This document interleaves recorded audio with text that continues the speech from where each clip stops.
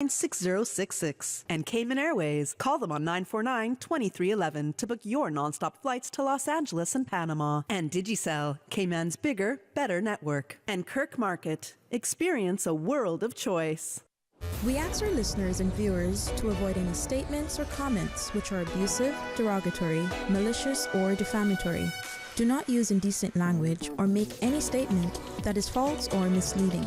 Call 1-800-534-8255, 949-6990, 949-8037, or WhatsApp us on 925-3261. Live from Radio Cayman Studio. This is For the Record with Orrett Connor. Hear from your government officials, independents, and the opposition on issues that matter to you. For the Record. Engage in an open dialogue between residents and lawmakers. With Orrett Connor. Informative, impartial, insightful. This is For the Record. For the Record. 1-800-534-8255. Your calls, your input. This is For the Record. And now, your host, Orrett Connor.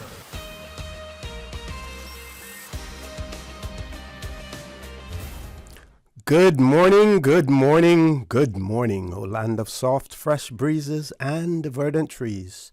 So fair. Today's Wednesday, the 12th day of June 2024, right here in the beautiful Cayman Islands. We do hope and we trust that everyone had a restful, peaceful, enjoyable evening. Those of you who are on the roads of the Cayman Islands, we urge you to please be extremely cautious, whether you're a pedestrian, a cyclist, or if you're operating any type of motorized vehicle. Please ensure that you observe the rules of the road, because the life you save may just be your own. Those of you who are traveling into town coming from the east, there may have been some delays earlier this morning. There was one vehicle, a SUV, that was crossway on the center line to the east of Breadfruit Walk, or to the east of Agricola Drive as well.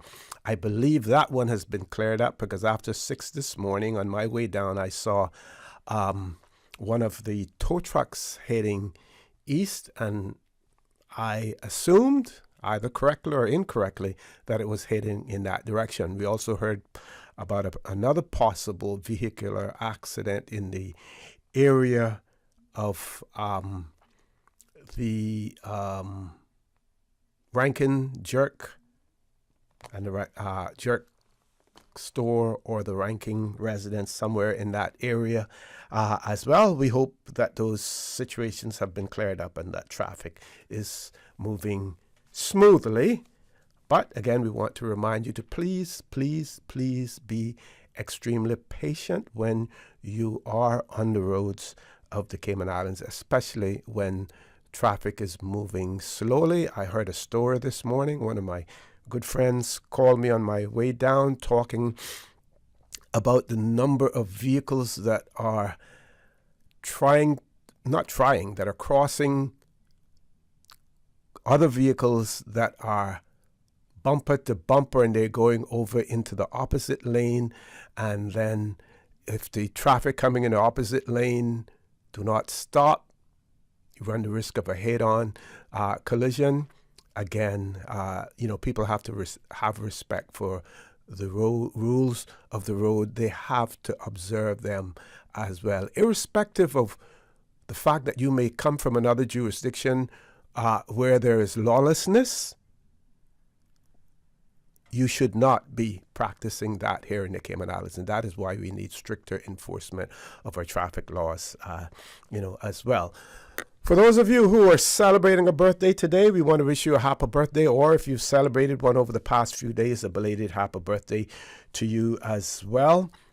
Those of you who have lost loved ones, again, we want to extend our sincere condolences to you. We hope and we trust that your faith will help to carry you through these extremely challenging times, and that the memories of your loved ones will be a blessing to you. In particular, this morning, we want to remember in our prayers and our thoughts and prayers, the family of the late Bendel Hydes, another icon here in the Cayman Islands, who passed away recently as well. Those of you who are ill and are either at home or at a medical facility here in the Cayman Islands or overseas, we do wish you a speedy recovery as well. So, folks, we want to thank you for allowing Radio Cayman and, by extension, For the Record, into your homes, into your vehicles as you traverse the busy roads of the Cayman Islands, into your places of work, wherever that may be.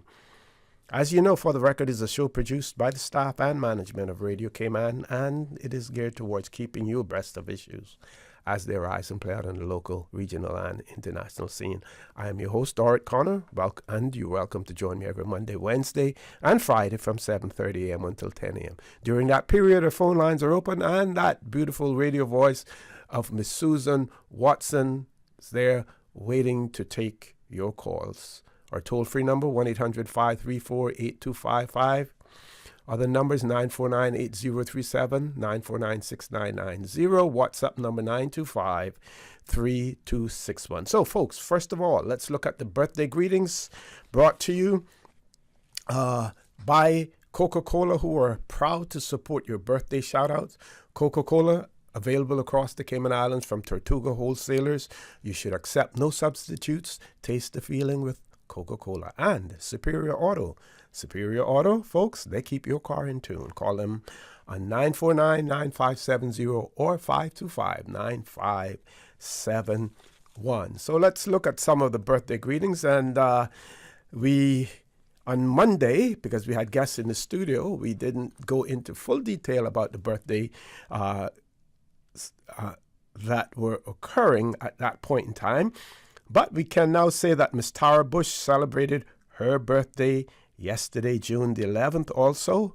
Miss Liz Walton celebrated her birthday on June the 11th. Want to wish them belated happy birthday. Mr. John Tibbetts will be celebrating his birthday tomorrow, June the 13th. And today we see that Deandra Watson is celebrating a birthday today as well. Also, Byron Derek Ebanks. Some of you may know him as Derek Ebanks. Some of you, his old police colleagues, will know him as Stormy. He is celebrating his birthday today as well, so we want to wish a happy birthday to Mr. Byron Derek Ebanks, also known as Stormy. I just have another WhatsApp that came in about birthday. Happy birthday greetings to Tamara, who's celebrating her birthday today, and the birthday greetings are coming from her friends in Savannah Meadows. So Tamara, happy birthday to you and your friends in Savannah Meadows. They are extending happy birthday greetings to you as well. I should also mention that Minister Kenneth Bryan will be in the studio later on this morning, and so that we can properly utilize the time that he will have in the studio. Of course, you know, he will be more than amenable to receiving your calls as well. But if you have any questions or comments, send them in advance to us. Our WhatsApp number, 925-3261, or email me at talktooc@gmail.com as well. Also want to mention this morning some new appointments that have taken place within the Cayman Islands government, and to give a big shout out to those individuals as well, starting with Mr. Sanjay Miles, who has been appointed as the interim CEO of OFREG. We want to congratulate Mr. Sanjay Miles for his acting appointment. We also see that there have been 2 new appointments within the Ministry of Investment, Innovation, and Social Development. There are 2 persons who have been appointed as deputy chief officers, and they are Mr. Charles Brown and Mr. Trevor Gibbs as well. We want to say congratulations to them. And while you may have limited authority, or you may not have the ultimate say in terms of hiring, I just want to say to all of those Caymanians who get appointed to positions of authority and where they can influence Caymanians who are under them, or influence the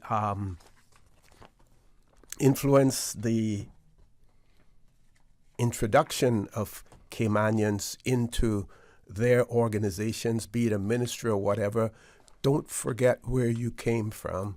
Encourage those under you to strive to achieve similar goals as well. And when there's a choice between a Caymanian and someone else, try your best, without breaking the laws, try your best to give that Caymanian a fair shake.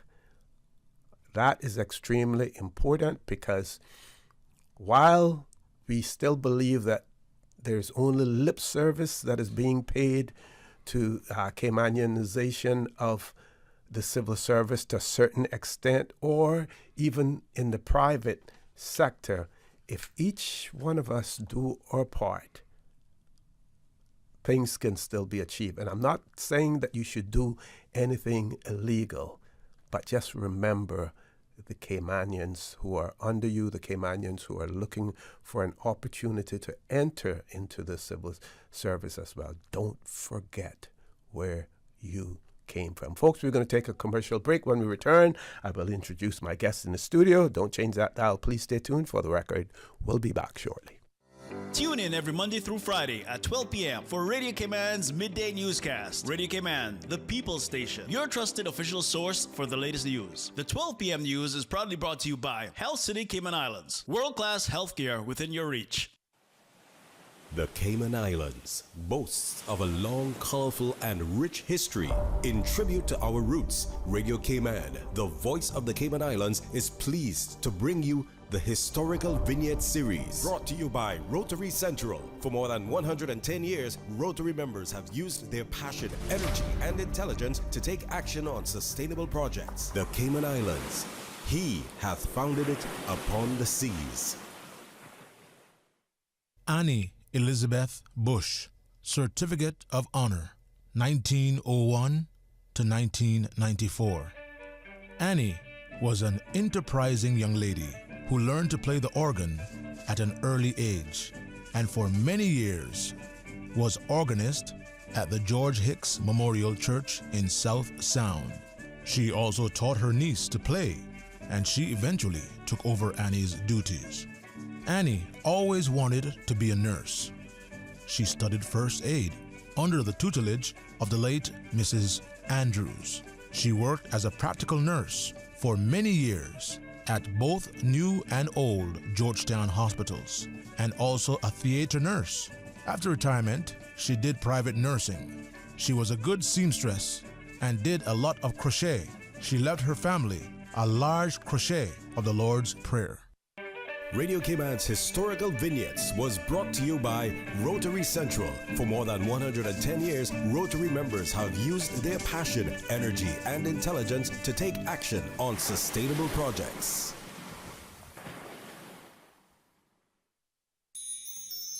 Magic and Wine with David Mencken, Friday and Saturday, June 14th and 15th. 2 evenings of whimsical summer excitement. The elixir of magic and wine. Join David Mencken, the international champion of magic, for an intimate evening of fine wine and world-class magical artistry. The Ballroom at C. Alyssa, Al and Melissa Thompson's residence. Magic and Wine, a Rotary Central fundraising event. Get your tickets through eventpro.ky. Attendees must be 18 years and over. Audio and video recording restrictions apply. The magic of Rotary. Since March 2004, West Bay Pharmacy has kept their doors open to the local communities, even before, during, and after Hurricane Ivan. At West Bay Pharmacy, our staff provides so much more than pharmaceutical excellence. From the moment you walk through our doors to completing your cash out, our staff will have put your healthcare concerns at ease. We would like to take this moment to thank our loyal friends and customers. To us at West Bay Pharmacy, our patients are our primary concern. We provide thorough background checks and precise calculations to ensure your medical safety. Thank you for being a part of our family and for choosing West Bay Pharmacy, where we care about your health. You know who this is? That same old girl that went to Hollywood and Panama? Well, guess what? The fun ain't done yet, because this year, I'm going to country concerts in Denver. I got kick up my heels in Times Square. I got keep living the dream with Cayman Airways. We so blessed to have them. I tell you what though, this old girl's feeling younger than ever. Make your travel dreams come true with Cayman Airways, offering international non-stop flights from Cayman to New York, Miami, Tampa, Denver, Los Angeles, Panama, Kingston, Mobay, La Ceiba, and Havana. Enjoy free rum punch, free in-flight entertainment, free seat selection, and free meals on select flights. Call 949-2311, contact a travel agent, or visit CaymanAirways.com. When it comes to weekly meal prep, I trust Kirk Market to provide the best value for quality proteins. The butchers at Kirk Market are super helpful. They always slice my steaks perfectly. Kirk Market has everything I need for healthy and flavorful protein-packed meals. From lean cuts of CAB choice beef, tender CAB prime beef, the juiciest pork, and all-natural hormone-free poultry, to their seafood section with everything from fresh local snapper to omega-3 rich salmon. I choose Kirk Market for the highest quality proteins to support my healthy lifestyle. Kirk Market. Eat well, live well, and discover a world of choice. Celebrate Father's Day with Digicel. This Father's Day, give Dad the gift of better connectivity with Digicel. Switch Dad to Digicel and get 50% off the plan for the next 3 months. It's the perfect way to show your appreciation and keep Dad connected. Switching is easy. Visit your nearest Digicel store today. Don't miss out on this amazing deal. Make this Father's Day one to remember with Digicel. Better connected. At Doctors Hospital, we know life happens, and usually when you least expect it. So when unexpected medical issues arise, you need quality care close to home. Located in the heart of Georgetown, our accomplished team of physicians and medical staff treat minor urgent conditions such as migraines, chest and abdominal pain, shortness of breath, burns, broken bones, open wounds, and more. 24 hours, 7 days a week with no appointment necessary. Peace of mind is important when life happens. At Doctors Hospital, we're always here just for you. Need to speak to someone? Call 949-6066. The real magic of the Summer Olympics is closer than you think. Coca-Cola is giving you the chance to win a trip of a lifetime to the Olympic Games in Paris this summer. Just grab any 2 8-packs of Coca-Cola or Sprite products at a participating store and you could be jetting off to see the Olympics live and in person. It's an all-inclusive trip for 2. Don't miss out on the action. Find your nearest participating store and enter now. Follow the flame to CaymanToParis.com.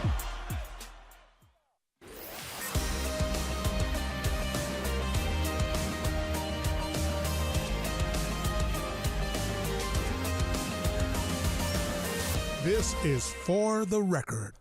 Good morning and welcome back to For the Record. As I told you earlier in the show, Minister Bryan would be here in the studio with us this morning. And before I introduce him, have another birthday greeting here. Amos Lee, happy birthday, coming from her mom, Lisa, her brother, Luce, her children Lily and Elijah. So happy birthday, and also from her husband Danny. So Amos Lee, happy birthday, coming from your entire family, your mom Lisa, brother Luce, children Lily, Elijah as well. Okay, so Minister Bryan is in the studio. We have about 6 minutes before we go to our 8 o'clock news. So we're going to just lay the foundation for what he's going to be talking about this morning. And folks, don't forget, we're encouraging you, if you have questions or comments, send them in to us, 925-3261, our WhatsApp number. But at the same time, Minister Bryan is also amenable to taking phone calls as well. But we know we get more done when they're sending your questions or comments are sent in electronically as well. So, Minister Bryan, good morning, sir. Welcome back to For the Record. Thank you, Mr. Connor, and good morning to the listening audience out there in Radio Land. I hope everybody is okay this morning.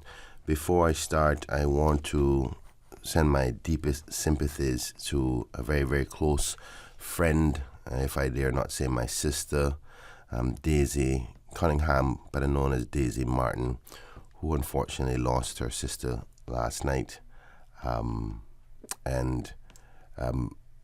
May the good Lord's healing be with the family as they go through this difficult time. Teresa, unfortunately, wow, just hearing. Yes, it's been circulating. I've got a message from Daisy this morning, and most people are aware of it. So I asked the listening public, those of you who know the family, to reach out to them and give them your condolences.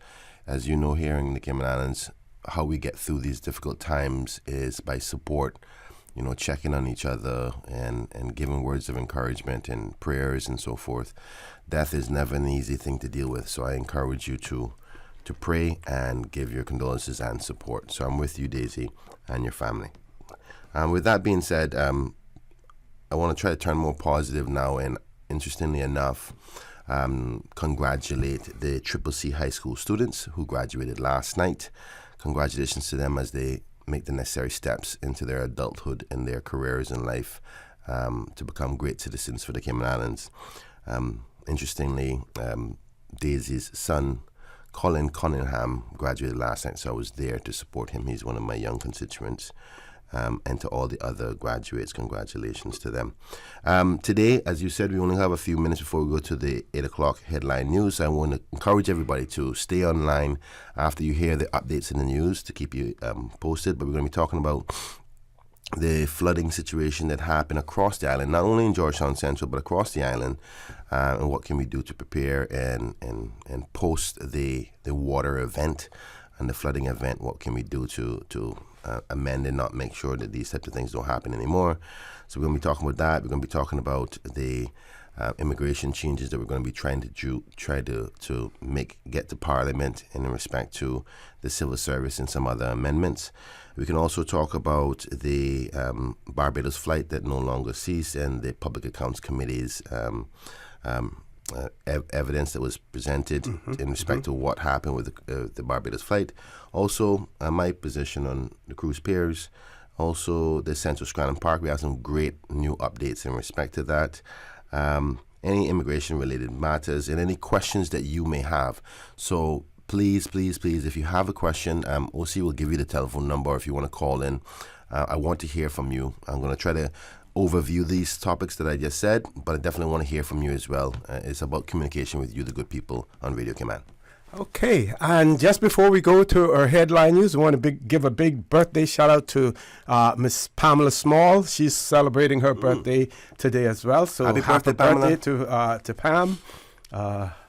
Hopefully, I think I'll see her later this morning as well in our meeting. We have to make sure we have a birthday cake and do something there for her as well. Folks, we've reached that time, top of the hour, the 8 o'clock news. When we return, the conversation will begin with none other than Minister Kenneth Bryan. So don't change that dial. Please stay tuned for the record. We'll be back immediately after the 8 o'clock news. Thank you, Mr. Connor. And studio time by Foster's is 7:59. It's time to start preparing for this year's hurricane season, and Foster's has the essentials you need to weather a storm. Stock up on canned goods, non-perishable foods, water, health and first aid items, pet supplies, flashlights, and other hurricane kit essentials. Start preparing now using our online hurricane guide and emergency checklist. Just head to fosters.ky for more info. You can also follow us at Foster's K-Man on Facebook and Instagram for helpful tips throughout the season. Foster's, better because we care. The voice of the Cayman Islands. 89.9 FM in Grand Cayman and 93.9 FM in Cayman Brac and Little Cayman. Silver wings shining in the sunlight. Radio Cayman. The 8 a.m. news is brought to you by ValueMed Pharmacy. Save time and order your prescription refills online at value-medpharmacy.com. VALU-medpharmacy.com. For today's biggest news. Radio Cayman, the voice of the Cayman Islands. With your latest news, I'm Carsley Fuller. Parliament's June meeting has been pushed to July 7th. Parliament's Business Committee will meet the week before to confirm the order of business to be dealt with by the House. As of Monday, 6 business papers had been sent to members since the previous meeting back in February. 5 bills expected to be considered by the Business Committee for debate in July include the Supplemental Appropriation Bill, which covers January to December 2023, the Summary Jurisdiction Amendment Bill, the Perpetuities Amendment Bill, the Pharmacy Bill, and the Firearms Amendment Bill. MPs have until June 24th to hand in parliamentary questions for the ministers, attorney general, and deputy governor, and until the 27th for any government or private members' motions. House documents will be made available on the Parliament's website, which is parliament.ky, and you can always listen to the proceedings live on our sister station, Breeze 105.3 FM. The National Gallery Board has announced the passing of Bendel Hydes, an artist who is universally celebrated as the founding father of Caymanian visual art. Without him taking the decision to blaze a trail for art and creativity in the Cayman Islands in the 1960s and 70s, we wouldn't have the thriving art scene we have today. National Gallery's Natalie Urquhart there back in 2019 when the Cayman Islands Biennial Award was named in honor of Mr. Hydes, positioning his work as the pinnacle of artistic excellence. Mr. Hydes was one of the key figures in bringing abstract and contemporary art to the forefront of the Cayman community. The Ministry of Education and the Office of Education Standards team up for the Inspiring Progress Raising Standards Workshop. The Early Childhood Learning event brought together over 140 early childhood educators, center owners, principals, and other key stakeholders, united in their commitment to nurturing children's growth and development during critical early years. Throughout the day, attendees participated in workshops, panel discussions, and networking opportunities. Critical topics such as integrating creative and expressive arts in the early childhood curriculum, supporting children with special education needs and additional support learning needs, and creating stimulating learning environments were, quote, thoroughly explored. Attendees also got a deeper understanding of the new OES Early Childhood Inspection Framework called First Steps to Success, Nurturing Environments and Thriving Children, which was developed back in October last year. And in other news. Yo, it's Kyle Matrix. I'm going to be at the Hartwell Studio Theater doing Unplugged Serenade this Thursday. The last but certainly not least Unplugged Serenade session for the 4-part series will treat audience to a stripped-down acoustic set of Matrix's original songs, accompanied by event organizer Benil Miller on piano. Stop by for an evening of performances, discussions, and live Q&A. So the doors open at 7 p.m. We getting started at 7:30. It's $12 at the door. So come check us out if you want to hear some more. Yo. Proceeds from all 4 events support the featured artists through a program made possible through collaboration with Mr. Miller and the Cayman National Cultural Foundation. Now with a check of international news, here's the BBC, which takes us out of the newscast. I'm Carsley Fuller. BBC News with Neil Nunes. A new report by United Nations investigators has accused both Israel and Hamas of committing war crimes since October last year.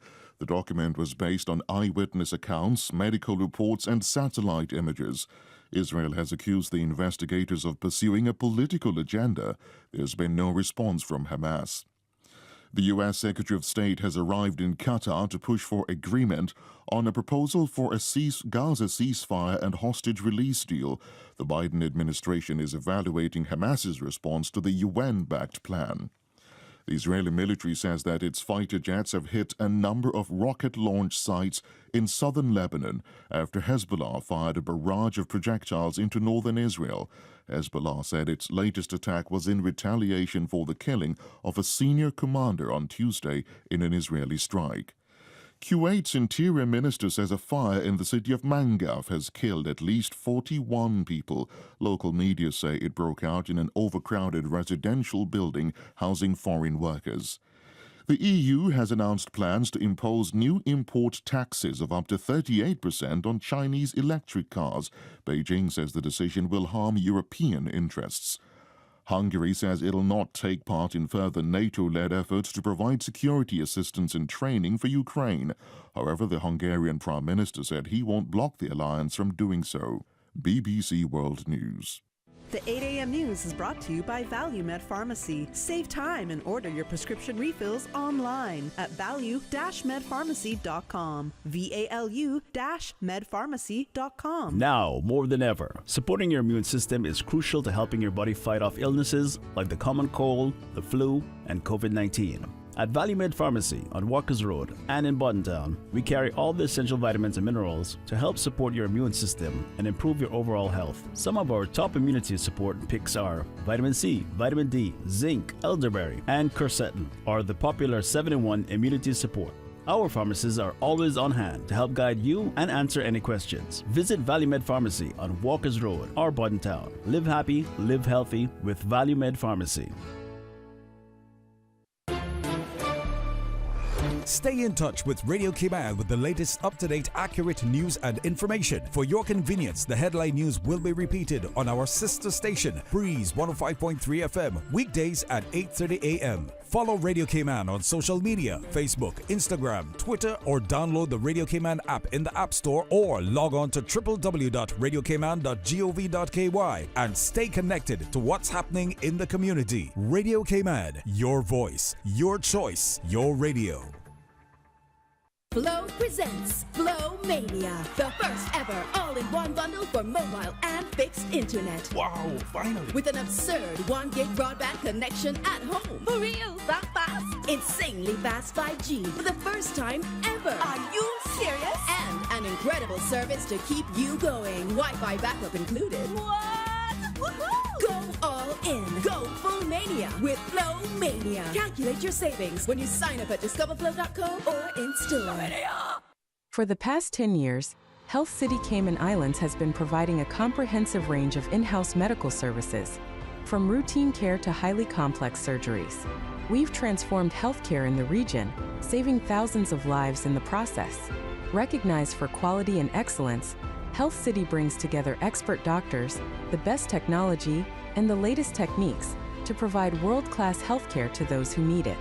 Health City Cayman Islands, a decade of healing. The new KFC nuggets have arrived. That unlike the no-gets. Ours are handmade using 100% white meat, unlike the no-gets. At KFC, we hand-bread every day to achieve the perfect flavor. After you try our delicious and crispy nuggets in the original recipe, you'll never settle for less. KFC, the real nuggets. It's finger-licking good. The 8 a.m. weather update brought to you by CG Britcade, where people come first. Good morning to you. Let's take a look at the latest weather report. Current temperature is 86 degrees. Relative humidity is 86%. The barometric pressure is 29.92 inches and rising. The wind is out of the east-southeast at 11 knots. Overnight low temperature was 84 degrees. Synopsis indicate fresh southeasterly winds and rough seas are expected across the Cayman area for the next 24 hours as a ridge of high pressure builds over the northern Caribbean. Radar images show isolated showers in and around the Cayman area moving towards the northwest. Now, the forecast for the Cayman Islands for today and tonight is calling for partly cloudy skies with a 30% chance of showers, and temperatures will rise to the upper 80s today and fall to the upper 70s tonight. Winds will be southeast at 15 to 20 knots, and seas will be rough with wave heights of 4 to 6 feet. Small craft should exercise caution over the open seas for today and tonight as well. Low tide will be this morning at 9:13, high tide this afternoon at 10 minutes past 3, and a low tide again tonight at 8:50. The sun will set this evening at 2 minutes after 7 and will rise tomorrow morning at 5:48. And the outlook is calling for similar weather conditions through Saturday morning. And that's the very latest on your weather report.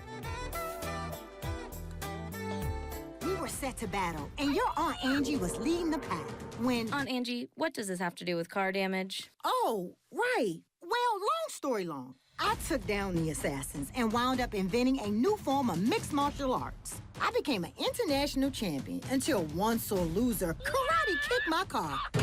But I was covered with CG. Covered for malicious damage and more. CG Brit K. Good like that. All benefits are subject to policy provisions, including eligibility at the time of service. The 8 a.m. weather update brought to you by CG Brit K, where people come first. Let's continue the conversation on Emancipation Day. Join the Ministry of Youth, Sports and Heritage for a preview of the Emancipation Day documentary, Year of the Return, Emancipation History Through Our People. You can catch the preview on Friday, the 14th of June at the Commander Bay Cinema. Show times are 10 a.m. and 11 a.m. Each screening will be followed by a Q&A session with historical experts. Space is limited, so secure your spot today. To register, call 244-2424.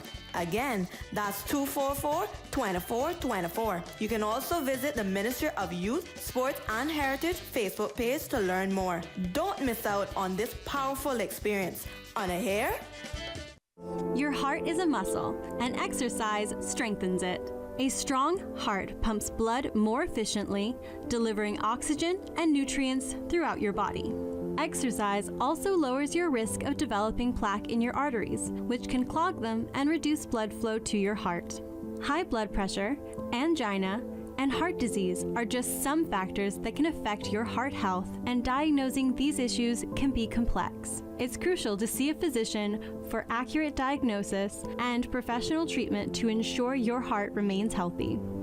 Your health tip was brought to you by Total Health, comprehensive preventative health care in the Cayman Islands.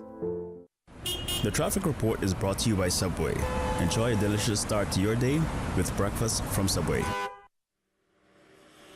Top of the morning to you. Let's take a look at what's happening on your roads. Coming from the east, expect some delays as traffic is heavy on the Lidford Pearson Highway, slow moving on Crew Road heading to Georgetown.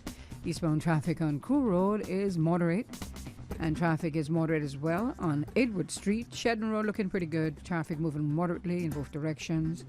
Steady flowing traffic coming off of the Esterly Tibbetts Highway, also on North Sound Road. Moderate flow of traffic heading towards the Industrial Park area. Wayne Roberts Drive flowing moderately, as well as coming from the west before we stop. Godfrey Nixon Way and Eastern Avenue, traffic is flowing at a good pace in both directions. If you see any accidents, please give us a call here at Radio Cayman, 949-6990. Coming off of Bobby Thompson Way, traffic is steady and continuing on to Huldah Avenue. Join us again at about 10 minutes past 12. We'll give you another look at traffic. Remember, click it or ticket. Have a good morning and drive safe. From boat days to beach gatherings, leave the catering to Subway. Choose from small and large sandwich platters, double meat wrap platters, and top it off with optional cookie platters for dessert. Or ask about our Subway box to go with the option of 6-inch or foot-long sandwich, 1 cookie, and 1 bag of chips for all occasions and celebrations. Let Subway focus on the food so you can focus on the fun. Visit subway.ky for catering options. Subway. Eat fresh. The traffic report is brought to you by Subway. Enjoy a delicious start to your day with breakfast from Subway. We are now in the hurricane season, and to survive a hurricane, you need to be informed. If you have been informed by official sources that a hurricane is approaching the Cayman Islands, and you live in a low-lying area that is prone to flooding or near the beaches, which may be swept by high tides or storm waves, please seek a safe place and high ground. If the only way for you to get to a safe place is a road that is also likely to be flooded during a storm, please leave home early. Don't run the risk of being stranded. This has been a public service announcement from your community station, Radio Cayman. Our rich and diverse natural environment is one of our most important assets. Strong coral reefs are our first line of defense against intense storm waves.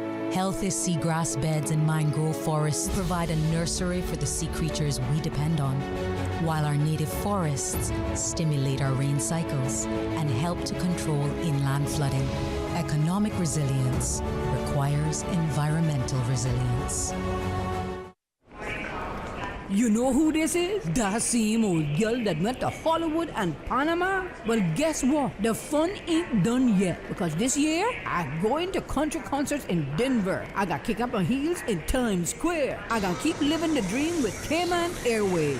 We so blessed to have them. I tell you what though, this old girl's feeling younger than ever. Make your travel dreams come true with Cayman Airways, offering international non-stop flights from Cayman to New York, Miami, Tampa, Denver, Los Angeles, Panama, Kingston, Mobay, La Ceiba, and Havana. Enjoy free rum punch, free in-flight entertainment, free seat selection, and free meals on select flights. Call 949-2311, contact a travel agent, or visit CaymanAirways.com.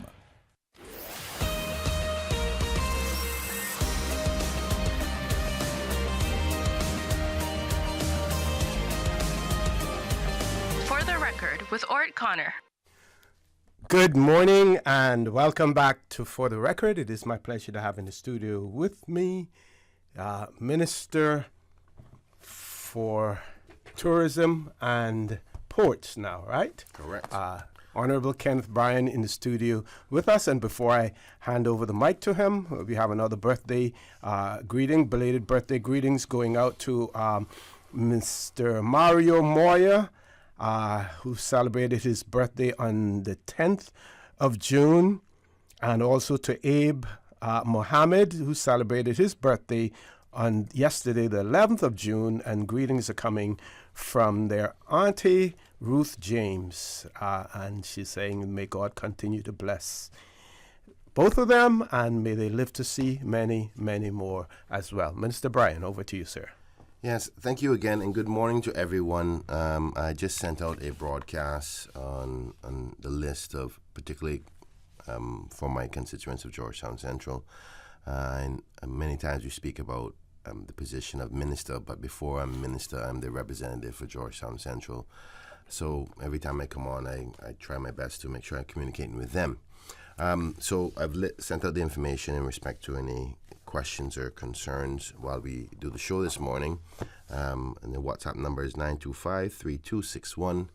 And obviously you can call in straight at 949-8037, 949-6990 for questions. I'm going to try to talk about some things first and get to the questions a little bit later on in the show. The most important thing right now is the recent rain flooding that we had, which was very quick and I think under projected, if I can humbly say that. I think that if we all had known God's blessings would have come down so quickly, so fast, that many of us would have made different decisions, whether it's going to school or going to work that day, or checking our drain systems, or having sandbags, or what have you.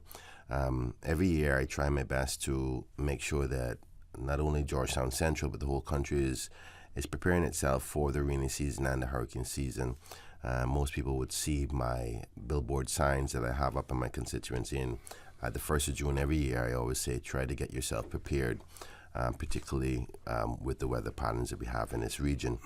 I was out on Monday in the midst of all of the rain, and I hate to say that there was so much flood damage in my constituency. I went around to the various different areas, and most of my constituents would have probably saw me out and about, particularly the Martin Drive area, Central Scranton, Sound Way, North Sound Road, Palmdale was heavily affected, Tropical Gardens, Ryan Road and Alto Way,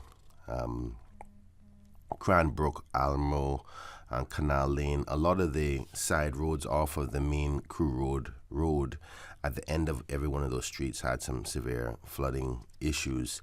The only thing is, I guess, happy to report is that there wasn't as much home damage. There's about 7 houses that was reported that water came into the home, and I'm trying my best to figure out ways to assist those family members in any way I can to help them, because obviously most times persons, particularly in the cost of living today, people, if you have a severe water flood damage situation, you may not be able to come up with that kind of money to fix the damage that was caused, particularly if it comes into your house. Appliances may be on the floor, appliances could be ruined, sheetrock could be ruined, loads of other things, your furnishings and so forth. So that's why preparation is key, because water damage is severe. It's just as bad as a hurricane in respect to the winds. So preparation is key, and one of the things that, while I try to work with those who have had those damages, that where they can't help themselves, I'll try my endeavor best to work personally, whether it's working with trying to get donations, and the government is contemplating whether or not there could be any help strategically from an organized way for persons who have been damaged, trying to assess how severe the water damage was across the island. So I can't give you any updates in respect to that because no decisions have been made. But outside of the government, remember, being the Georgetown Central representative, I have to do my own part individually with my constituents. I use my salary as much as I possibly can to stretch it across my constituency and help where I can. If I don't have the money directly, I'll go out and beg the money to help. That's my job and my responsibility. But one of the things that I want us to start being mindful of, outside of the hurricane preparedness, because we're always thinking about winds and the strength of our homes, but flooding is going to be something I'm really concerned about, more so than ever. And this last 2 days is a major example of it, which allows me and us to now start thinking about how the zoning and the flood areas that you're living in, what can you do to prevent these damages. So obviously drains is a major thing, and I'm happy to say that the Minister, the Honourable J.E. Banks, has gone into overdrive with his team at NRA to get the drains pumped out in the various different flood-known areas, but more importantly, trying to invest in some more equipment to dig more drains, but also to blow out the ones that are existing on a schedule. So I'm going to have to work closer with NRA to make sure that they're doing the time schedules in the areas that I need it to be done. But also the vertical drains, I think we need to re-examine whether that's a practical approach, whether we should have some sort of gully systems or pumping stations across various flood zone areas, like the constituency just north of mine, which is Georgetown North. The swamp area is severely affected, and I think we're going to have to start to dive into some more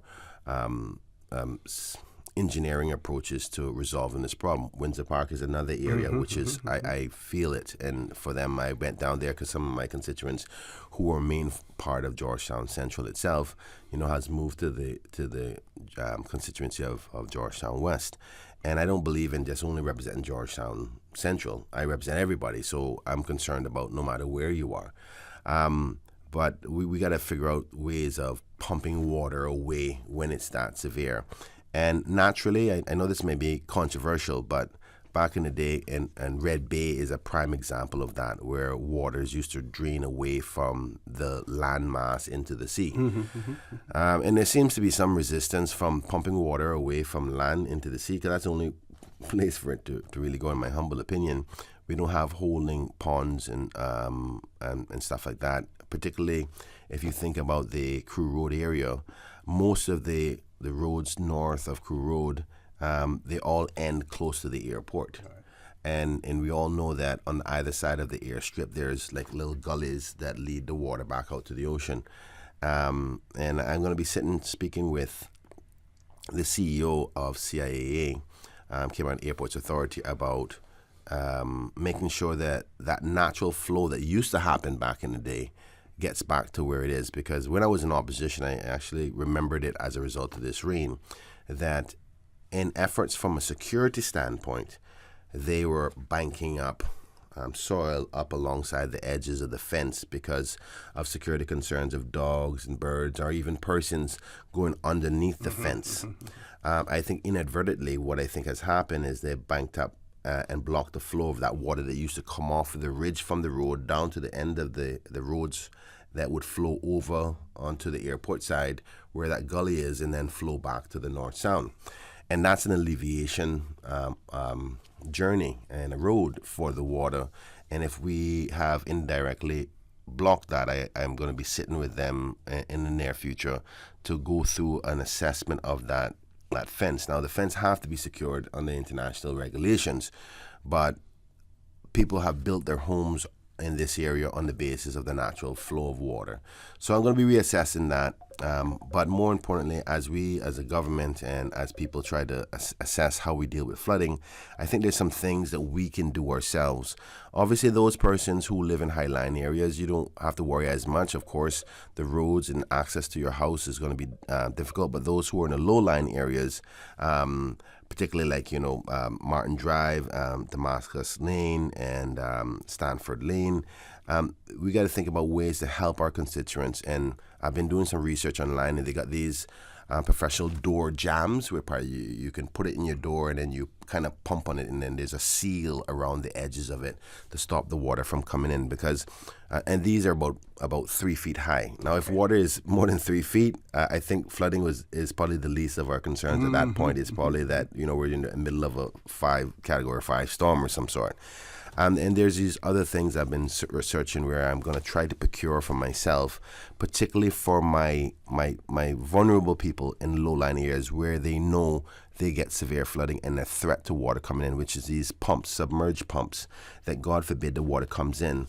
They're probably about a half a foot wide and it's about 7-8 inches tall.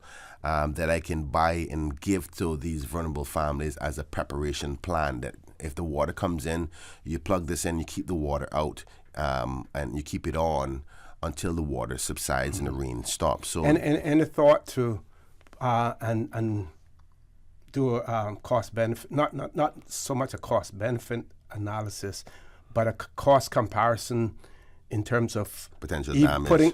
Even putting deep wells in those persons' yards that would help to alleviate the situation, because that in itself is a permanent, sort of more of a permanent assistance to the family. It's a very good point. And so the policy right now is that government cannot put drains in private person's property, because it's considered you're giving an asset. To put a drain in usually cost about $3,000 upwards. Yeah, I remember. It used to be about $600-700 deep well. So, and I think that's a very good point. We have caucus right after the radio show, and I'm going to bring it up as for the government to consider that, see this as not as, spending money on private property, but more of a preventative measure rather than government has to come back later on and assist the family with $4,000 or $5,000 worth of help. That if we allow drains, particularly if it's a risk zone area. So that's a good point. I'm going to bring that up. But I'm talking about me as my job as GTC representative, regardless if I'm in government or not. What would I do to help my people? And the things is obviously these pumps that I was talking about, door jams, and I'm going to see if I can get them procured from Florida.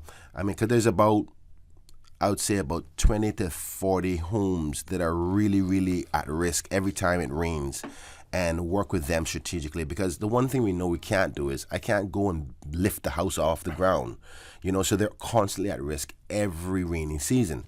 But if it costs me, $600-700 to give them a prep plan to say, listen, if it happens, if the Lord sends this rain and we can't do anything about it, prepare yourself in these ways. Put the door jam in place, have your pump ready in the event of it, while we do the outside part of making sure the drains are cleared. And even like what you suggested just now, if we can get a government change of policy that persons who are at risk, they can fill out a form to say, I am known in this area, would you mind putting it in? And maybe you can get that passed. So preparation is key.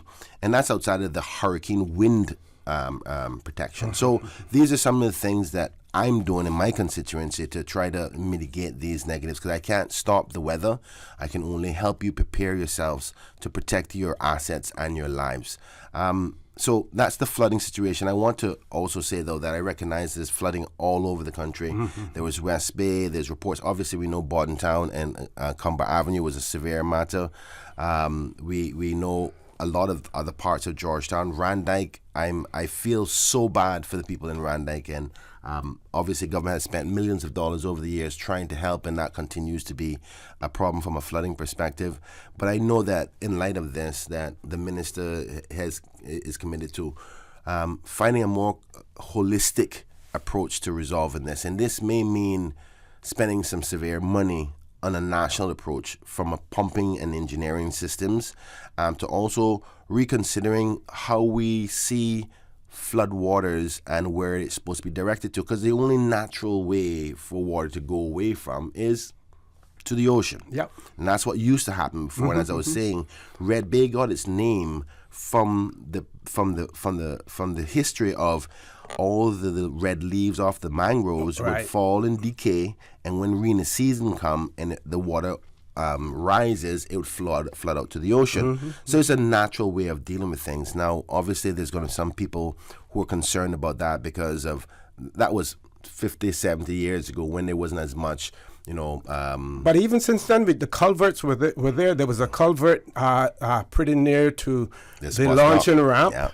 And there was a culvert further down. There used to be a Bacader there where Mr. Kearney's grandfather used to have his boat and stuff like that. Correct. Right, almost opposite where you come out from Old Crew Road. Correct. Probably about 100 yards or 200 yards to the west of that. There used to be those concrete culverts that were built, to channel the water out from that area. But I'm going to say this now, and I know it's going to create controversy, but the truth is the truth. There are going to be people who are going to suggest that we should not allow water to flow to the ocean. I know. From a number of reasons, whether fresh water and salt water and the mix of it, and by the bionutrition elements and how it affects the marine life. There's going to be people opposing that, but that's the easiest and quickest way to get water away from human life. And there's going to be people who are going to say the environment is more important than human life. But we'll talk about that more when we get back. Sure. Okay, we're going to take a commercial break, folks. We have 2 callers on hold. We will take those callers as soon as we return to. We're going to just ask you to please be as brief as possible, because we want to really utilize the minister's time in the studio with us today. Please stay tuned for the record. We'll be back shortly.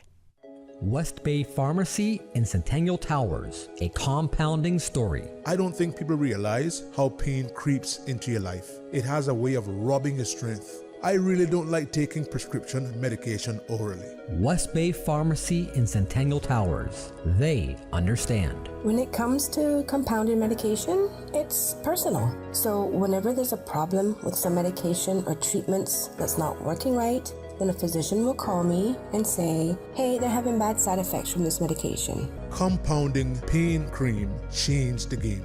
Made special for me. Significant pain relief in the form of a cream. That is a new experience for me. It's changed his life. It worked. Ask your pharmacist or healthcare provider about compounding at West Bay Pharmacy in Centennial Towers. Call 914-6449. There you go, sir. Thanks for choosing JN Money Transfer. Boy, thanks to JN Money Transfer, I can stay right here in Cayman and pay mama bills back home in Jamaica. Her water, light, phone, and other bills never late. Every month I pay everything in one place. Make payments to over 30 companies in Jamaica through JN Money Transfer. Fast, affordable, convenient. Call 1-800-744-1163 for details. Celebrate Father's Day with Digicel. This Father's Day, give Dad the gift of better connectivity with Digicel. Switch Dad to Digicel and get 50% off the plan for the next 3 months. It's the perfect way to show your appreciation and keep Dad connected. Switching is easy. Visit your nearest Digicel store today. Don't miss out on this amazing deal. Make this Father's Day one to remember with Digicel. Better connected. Just in time for summer, it's the Sizzling Hot Appliance Sale at Brand Source Home Gallery. Save 25% off all appliances now until the end of June. That's 25% off on all appliances at Brand Source. Don't miss this opportunity to replace aging appliances and get 1 year plus warranty on new appliances. The Sizzling Hot Appliance Sale now until the end of June at Brand Source, Dorsey Drive, Industrial Park. Call 623-5000 for details. Stay ahead with Total Health for all your healthcare needs. Their state-of-the-art facility offers specialist consultations, diabetes and weight loss, women and child, ophthalmology, ENT, dental, orthopedics, physiotherapy, on-site laboratory, imaging and pharmacy all under one roof. Total Health also provides comprehensive health checks for women, children, men and senior citizens. Conveniently located in the Grand Pavilion on 7 Mile Beach Corridor. Experience a new era of preventive care in the Cayman Islands with Total Health. Because everyone deserves healthier living. Visit totalhealth.ky today and empower your well-being.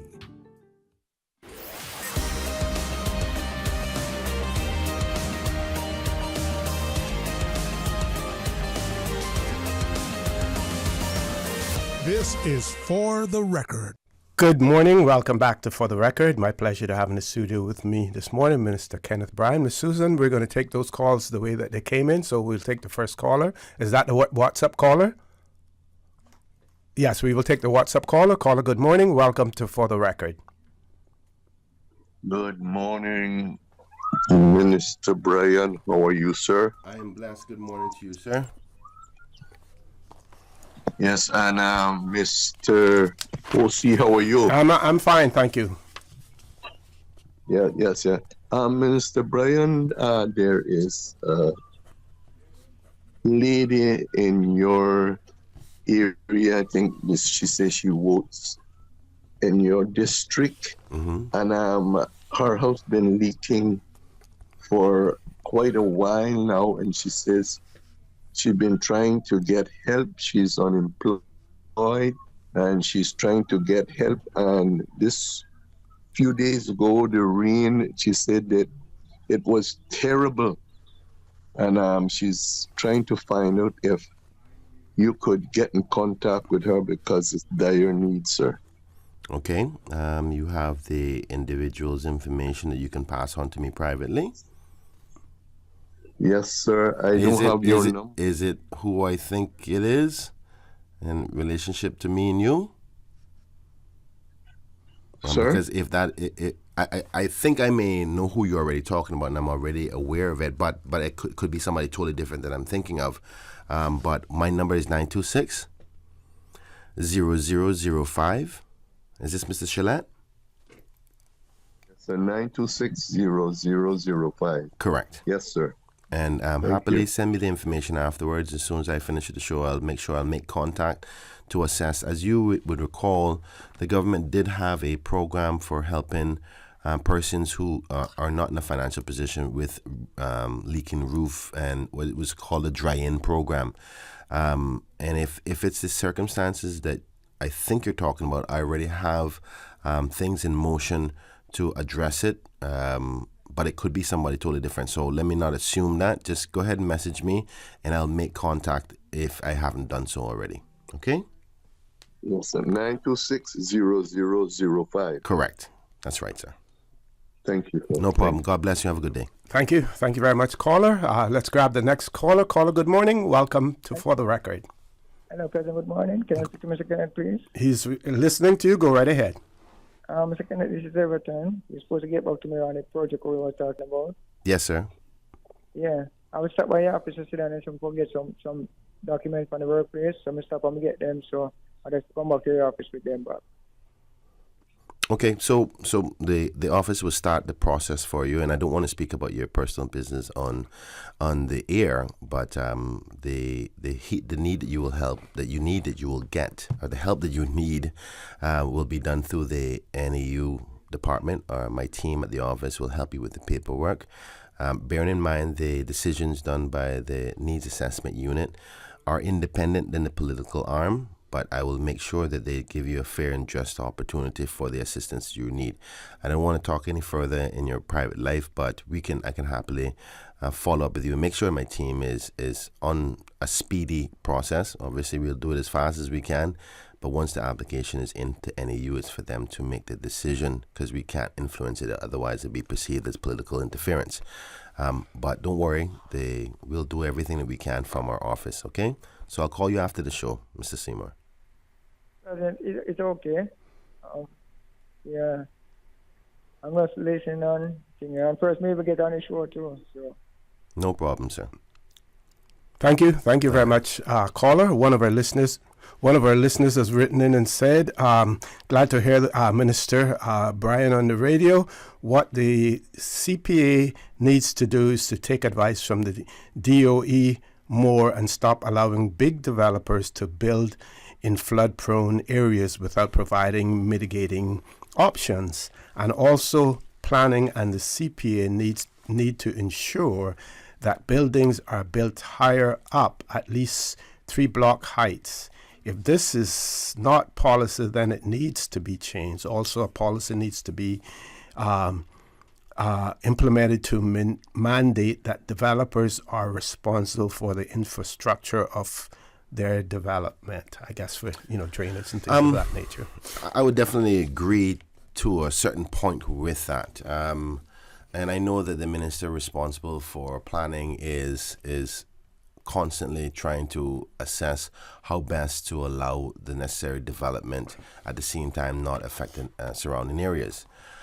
So whether that means to be changing the obligatory procedures for drain management on a development, right now they're only responsible for the flooding that lands on their property, and not the effects of what they do to other properties. Now that needs to be reassessed, and that's why the Plan Cayman process has started. Yes. But although one would say, yes, don't let planning allow or DOE to allow planning to build these developments.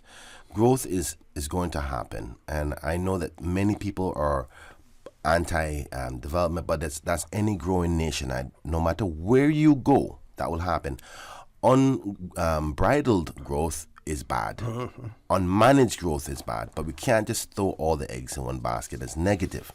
So yes, we can do better with that, but some of the things that are solution based, sometimes persons that same mindset are the first ones to oppose the solutions. Like, say for instance, and I don't think anybody can question this, the Cayman Islands is flat.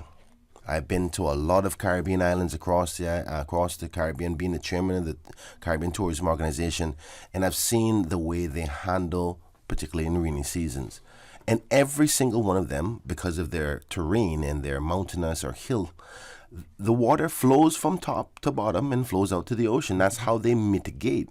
In Cayman's context, we are flat, so we don't have, unless you go little high ridges like East End and so forth, the water can flow away into the ocean or into other wetland areas. So I get the point about being concerned about wetland areas and how they are the drainage locations. But there is a point where those wetlands, no matter what you do, they get full and the water has to go elsewhere. So there's either going to go into the areas where the residents are, or we need to put the water somewhere else. And I think we need to start thinking outside the box in respect to where water flow can go and what kind of engineering is available, and whether we can put the necessary infrastructure to pump water away, and even if that means holding ponds or into the ocean, because it naturally happens everywhere else. And I don't want anybody to be fooled by certain perspectives that you can't pump the water, the natural water from the sky, out into the ocean, because that's where it naturally goes. In most cases, the earth works in its own formula for a reason, and the ocean has its own effects for filtering. So we're either going to protect the human life or protect the other lives. And I don't know, in my humble opinion, I was elected to protect the human life. So I'm not going to go further than that. But I know what's going to be said when we put practical solutions that is being used elsewhere, and the opposition is going to come out there from it. So I'll stop there. Okay, Ms. Susan, I believe we have one caller on hold. Let's grab the caller before we go to the commercial break. Caller, good morning. Welcome to For the Record. Good morning, Minister Bryan, and good morning, OC. Hey, good morning, good morning. Haven't heard from you in a while. Well, yeah, so I'm okay, though, Good to know. A message saying, are you all right? So. Good morning, sir.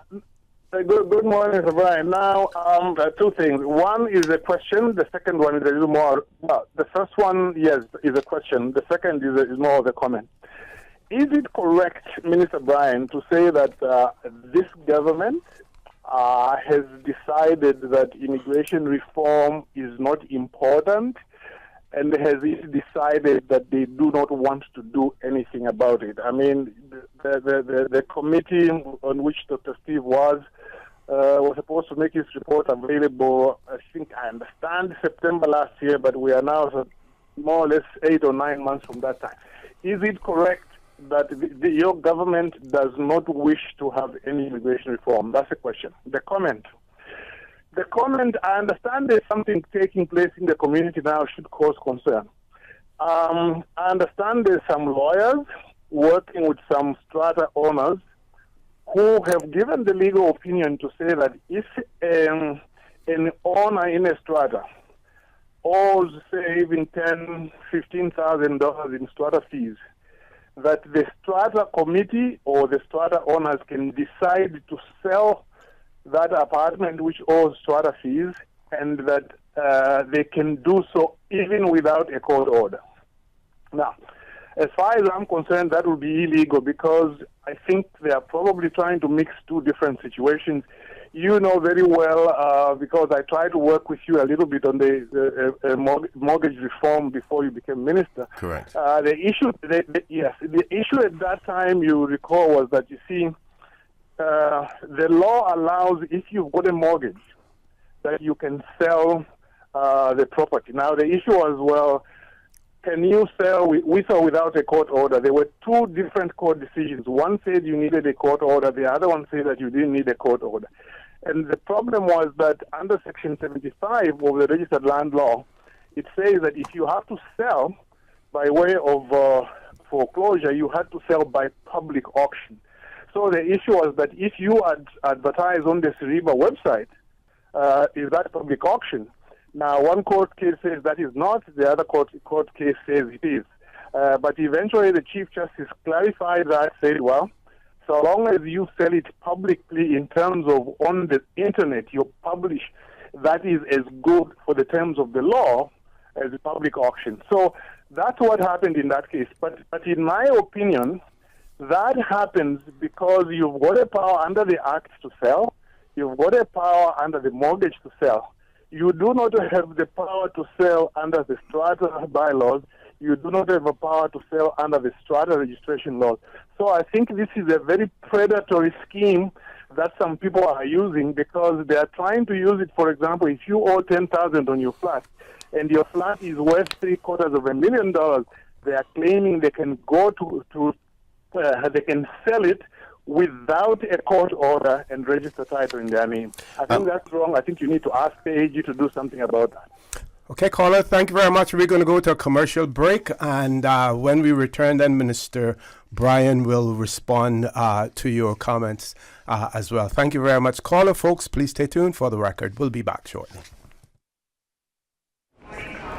You know who this is? That same old girl that went to Hollywood and Panama? Well, guess what? The fun ain't done yet, because this year, I'm going to country concerts in Denver. I got kick up my heels in Times Square. I got keep living the dream with Cayman Airways. We so blessed to have them. I tell you what though, this old girl's feeling younger than ever. Make your travel dreams come true with Cayman Airways, offering international non-stop flights from Cayman to New York, Miami, Tampa, Denver, Los Angeles, Panama, Kingston, Mobay, La Ceiba, and Havana. Enjoy free rum punch, free in-flight entertainment, free seat selection, and free meals on select flights. Call 949-2311, contact a travel agent, or visit CaymanAirways.com. So much happening so fast, too much. It is hard for me to follow my health care instructions. The private counseling with West Bay Pharmacy literally saved my life. At West Bay Pharmacy, we know how complex medications can be.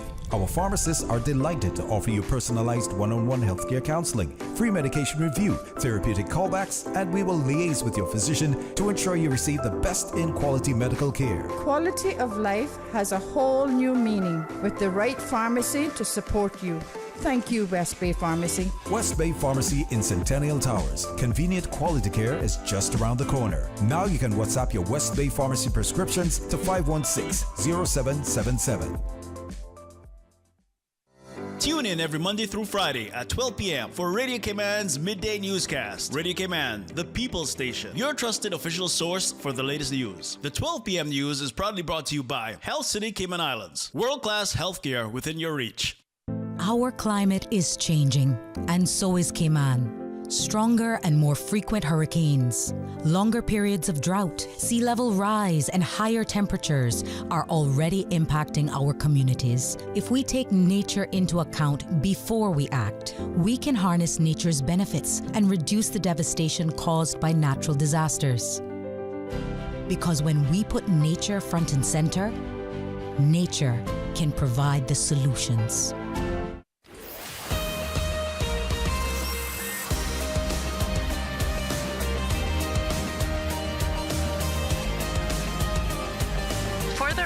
With Orrett Connor. Good morning. Welcome back to For the Record. If you're planning on calling in at this point in time, I'm going to ask you to hold off because we have about less than 10 minutes and we're going to be going to our headline news at 9 o'clock. So if you're planning, please hold off on those calls until after. Very quickly, this person wanted to send birthday greetings, triple birthday greetings today to their brother, DJ, their nephew, Ezekiel, who's 4 today, and their stepson, Terrence. Very happy birthday, and praying that God's continued blessings. And those are coming from Charlene and Mike and the kids. So to DJ, Ezekiel, and Terrence, happy birthday to you. Minister, over to you. Thank you so much, OC, again. And for those who are just tuning in, good morning to you. The last caller that we had right before we went to the break was posing the question about the landlords, not the landlords, the, what's it called again? The stratas having the power under the law to potentially basically foreclose on your house or sell your property. I don't want to give any advice on that because I'm not an attorney in any way. But I do see where that could be some severe concern and needs to be flushed out. I'm so glad that the caller brought it to my attention. I was unaware of that kind of behavior. I have had a case where there was sections of the law that I was reading whereby there is a certain amount of powers that the strata has that can take action. I wasn't of the view that it could be that severe, but ultimately this is a matter of interpretation, and particularly in times of foreclosures, persons in difficult circumstances, either side will try to use the law to their interpretation the best way they can. And the government's supposed to be the intermediary in respect to making sure there's fair and balanced approaches to these type of things, particularly when it comes to the number one asset anybody can own, like a home or an apartment or something over their head. So thank you for bringing it to my attention. Obviously, that would fall on the lands. I would definitely speak to the Premier about putting this on the radar if that is a practice that is happening that isn't right in the interpretation of the law. Now, if it is happening because they do have the power, I have to respect the fact that that's the power that's within the law and the contract upon which anybody would agree to. Sometimes we do have persons agreeing to things and not understanding severely the power of other entities over them, whether it's the banks or whether it's a strata and so forth. And I think the more information we give the public, the better they're equipped to get into these kind of contracts or to be able to fight, God forbid, if they are in a difficult circumstances of payment. Definitely. In respect to the question that he asked about, is it fair to say that this government is not interested in immigration reform? Now, I think most people know what my position is in respect to immigration reform, but I think it would be an unfair statement to say that the government is not interested in immigration reform, because it's a very subjective position. Because reform can be at various different levels. A minor change, a major change, a number of changes that cumulatively will come to a major impact. So because the government has come together with various different views, there isn't a campaigned-on approach in respect to immigration reform. I can certainly say that the government does believe there's a number of changes that we are already in agreement with that I think is sufficient to make some necessary changes. And you may have heard of some, and I'll talk about two in particular. We want to address this matter of marriage of convenience. We're going to make some amendments to the law there. That way a person can't just get status off of being married to a Caymanian as quickly as it is now, which is seeming to be a loophole, and then people get divorced right afterwards and have Caymanian status. There is also the proposed legislation to make it mandatory that persons who are civil servants, contracted workers who are not Caymanian, they'll be subject to rollover just like in the private sector. There's some other minor amendments that will make tweaks and more protections for Caymanians, but I don't want to speak to it because of a number of two things. One, it's more appropriate for the minister responsible to do so. It's their constitutional responsibility, and I don't want it to be perceived as I'm stepping on the minister's toes. I try my endeavor best to be out as much as possible to speak to these things, and I'm not shy to respond to anything that falls into anything to do with the people. But there's a level of respect for my colleagues I have to appreciate, and I'll leave it to the minister. And I know when it comes to Parliament, he'll have much speaking points on behalf of what the government's position is. So to answer your question, I do not agree that the government is not in favor of reform, but it is very subjective because reform could be in various different forms. If I was the minister, there would be a whole lot more of them coming, I'll be honest with you, because I know that is a priority for the people of the Cayman Islands, whether you're first generation Caymanian or brand new Caymanian, because they recognize that even if you're a Caymanian that you got status 10 years ago, they're at risk of the damage that a loose immigration system can cause the whole country if we don't tighten the bolts. So I'll leave that there. While we're on that, I think we covered some of the immigration stuff already. And I'm certain that the minister will continue to highlight some more stuff, because immigration is not only immigration, but immigration and labor, customs and border control. And you know that we're having a minimum wage committee amount that gave us a recommendation of $8.75, and I'm happy to say that we're close to announcing the circumstances there, but it's not my place to do so. But the minister will do so in short order, because it's something that many people are concerned about, is the minimum wage, where we're going to go, where we're going to start from, who's it going to affect, what's the actual amount, and the minister will do so in short term. OC, I would like to now move on to before I move on, I also had in the agenda the hiring of Caymanians in the civil service, and you started the show talking about some prominent Caymanians stepping up, and I'm so happy that you ended after celebrating their hire to remind them in every way they possibly can, in every legal format they can, remember where they came from and remember to look out for other Caymanians. And the civil service, and I don't hold any punches back in respect to this. I love and respect France Madison very much. We talk almost every day. He helps me very much in respect to my administrative role as a cabinet minister. But we don't always agree on some policies, but respectfully disagree. Yep. And I do believe that the civil service can do better with hiring of Caymanians.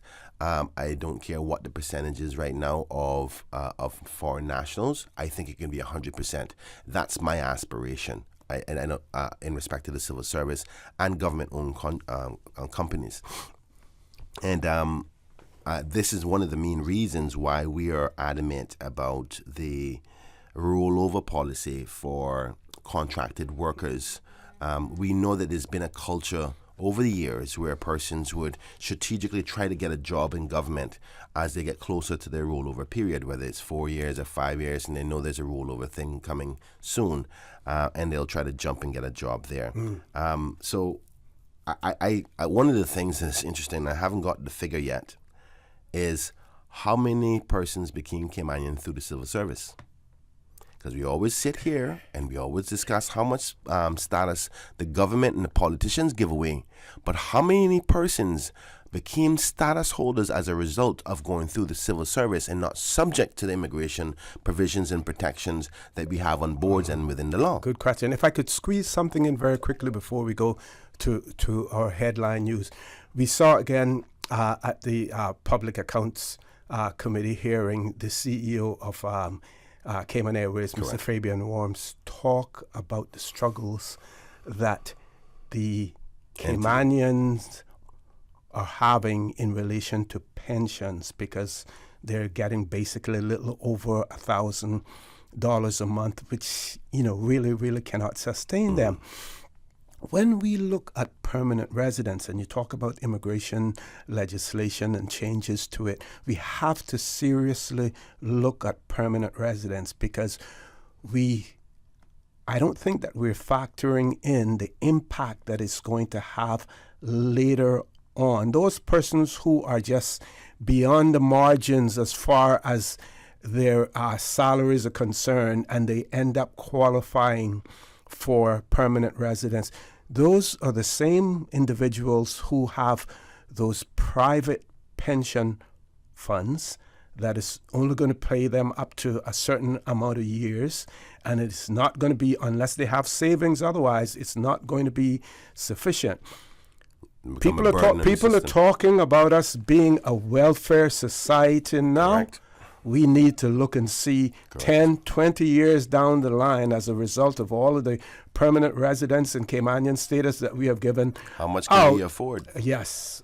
How it is going to impact us as well. Because you're going to be legally obligated to taking care of those persons, and you got to find the money from a human rights perspective to take care of them. Yes. So this is not only about immigration protection of Caymanians, but you may be bankrupt if you don't know what you're doing, because you're obligated to take care of them. I know you want to go to a break. Careful what we're giving out now, because it'll come back to bite us. Correct. It will come back to bite us later on. Folks, top of the hour headline news. When we return, the conversation with Minister Kenneth Bryan will continue. Don't change that dial. Please stay tuned for the record. We'll be back shortly.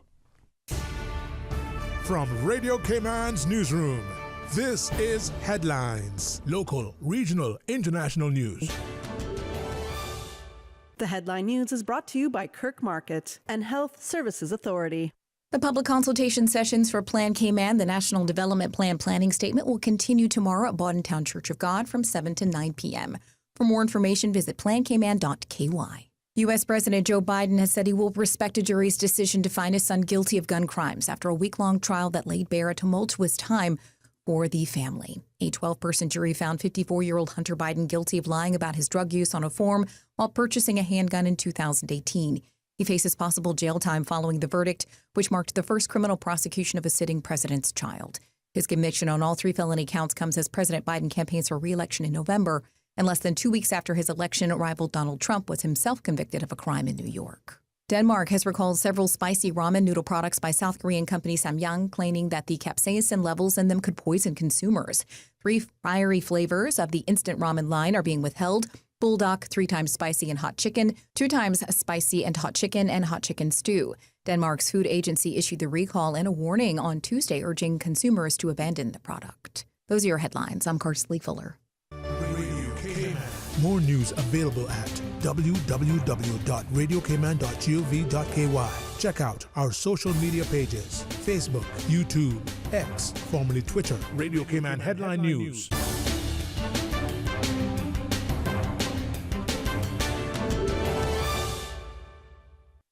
When you have a sports or fitness-related injury, trust the expertise of the HSA's Sports and Exercise Medicine Clinic to get you back in the game. Our internationally trained and certified physicians specialize in sports traumatology, sports medicine, pain management, and orthopedic surgery. For treatment of common injuries such as tendonitis, arthritis, tennis elbow, rotator cuff, or knee tears, schedule a consultation with the Sports and Exercise Medicine Clinic at Smith Road Medical Center by calling 949-8600 or visit hsa.ky for more information.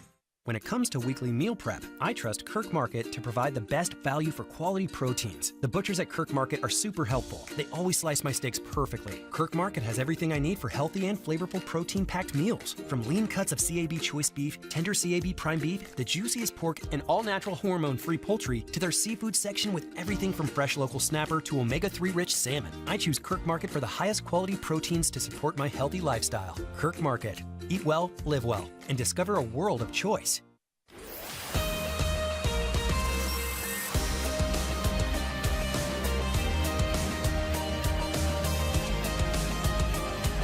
For the Record with Orrett Connor. Good morning. Welcome back to For the Record. My pleasure to have in the studio with me this morning, Minister Kenneth Bryan. We're trying to mix the phone calls with some of the topics that he has, so we, changing the callers and the WhatsApp numbers, and then giving Minister Bryan an opportunity to expand on what he wants to talk about as well. Many of the things that you all are calling in about are actually topics that he has listed to talk about as well. So this person says, with regards to the planning review that's underway, I would like to give my suggestion publicly. There's not much opportunity at the meetings because there are many trying to get their thoughts across, and they have made the process very limited and allowing only a few to speak. I believe that at this point in our out-of-control development, we need to introduce moratoriums on just about every sector, moratoriums on all vehicle imports, on all new commercial building projects, work permits, PR and status applications, trade and business licenses. I know this is very controversial and will affect the government revenues, but if we don't put a temporary halt to give time to assess the situation and see exactly what we are and what adjustments need to be made, then how can we really plan for the future in a holistic manner? How many more mobile car washes, gardening companies, janitorial services, multi-story buildings, etc. do we need? All right. Firstly, before we answer that, and that's a very good comment and question in there, and I'll address it shortly, but I want to make sure that before we went to the break, we spoke a little bit about immigration. I want to make sure that those who are permanent residents, those who are civil servant contract workers, don't feel that this is an attack on you. My job and my obligation constitutionally is to protect those who are Caymanian, whether it's by birth or otherwise. And uncontrolled immigration policies can cause some serious negative effects for the future of this country. And I'm obligated to protect those who are a part of my family right now. If you're in transition to get on this boat and you're not on the boat yet, well, my job is I'm a captain on the boat, and my job is to protect those lives and souls on board. So I don't want you to think this is a last person to leave the ship. Yeah, exactly. And I don't want it to seem that this is an attack on anybody else, because Cayman has come from a major growth of other persons coming here and becoming Caymanian and help us build this paradise. But the boat can only hold so much. And I don't want it to feel that way, but my job is to protect my people, and I do that with no reservations. Most people that know me know that I love and care about everybody. Everybody knows that my wife is English, actually originally from Ireland, and so she's a Caymanian today, but she's not generational Caymanian. So this is not about that, but about a practical approach on how much we can sustain. And talking about sustainable development, we got to think about sustainable population and ownership and pension obligation, insurance obligation, social welfare obligation. All of these things factor into immigration reform, and that's my viewpoint on it. I don't want you to think that it's an attack. I love having the various 100 and odd different nationalities here. It makes us unique. It makes us a nice melting pot, but I have to protect those that I'm responsible for. In respect to the question and the comment about Plan Cayman, I understand the caller's point about not having enough adequate time to respond.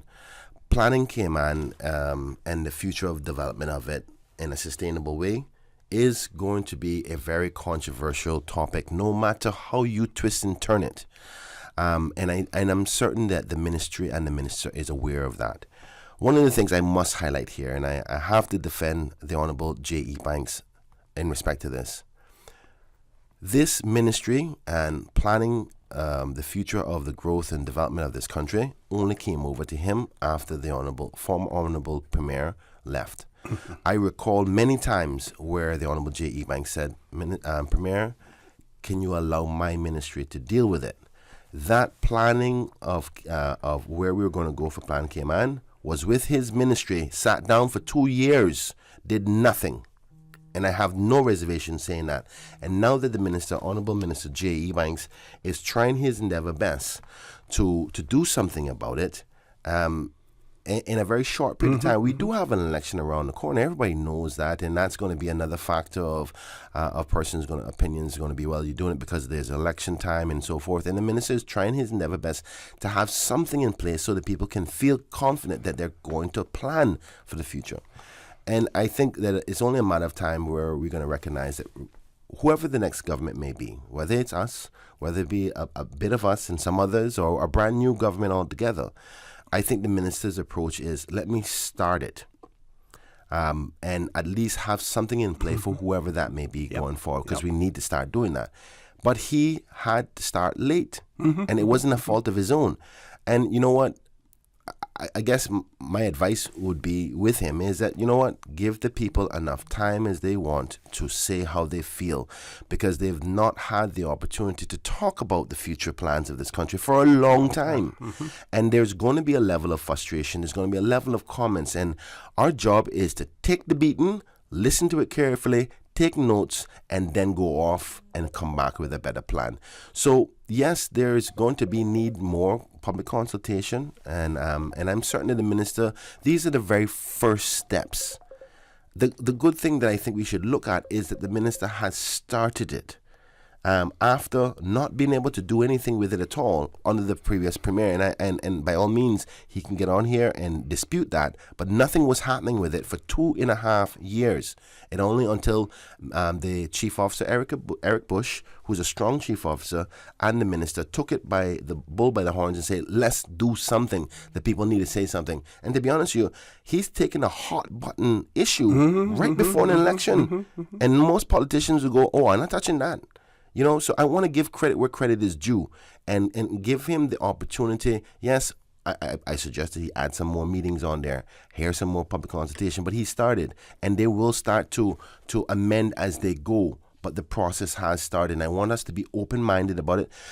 Give constructive criticism. Don't be afraid to do that. And I know Minister J.E. Banks is a broad-shouldered man, and he can handle any kind of pressure that is put on him.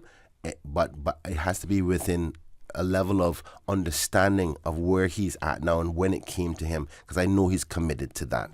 So that, I think that answers those two questions. Okay, we have about 3 minutes before we go to the next break. Why don't we have 3 callers on hold. We'll try to grab one caller now, then we'll go to the break. We're going to ask each caller to please be as brief as possible, because we're trying to accommodate as many of you as possible, but at the same time, you know, the minister has things that he wants to mention as well, and sometimes he will try to include those when he's answering your questions or your comments, if that particular topic has come up as well. So let's grab the caller before we go to the break. Caller, good morning. Welcome to For the Record. Good morning, OC. Good morning, Mr. Minister. Good morning. Good morning. Good morning, sir. Just to answer one of the caller's concerns about making sure that developments have, you know, a certain level height of a building so they don't flood, and then there has to be, you know, consideration of given of what happens with storm waters and what have you. All of that has been a requirement for a couple of decades now, if not more. There's a number of mitigating circumstances here, and one of the biggest, and I think one of the biggest issues that are missing in the development process, and just for everybody's information, I've been in this business for the last 38 plus years. So I come from the School of Hard Knocks with a PhD, which was involuntary. So I say that in jest, but the simple reason is that experience gives you a lot of here. And the fact of the matter is, we don't need to invent anything. And it still boggles my mind to this day, 38 plus years later, from having been in this industry, why we don't even mimic remotely what Florida does, Miami does, what have you. All of our medians are raised. All of our roundabouts are raised. All of these things should be stormwater runoff catch basins. And we should also have trenches, stormwater trenches on the sides of the roads. We have in some places where it's swampland or what have you.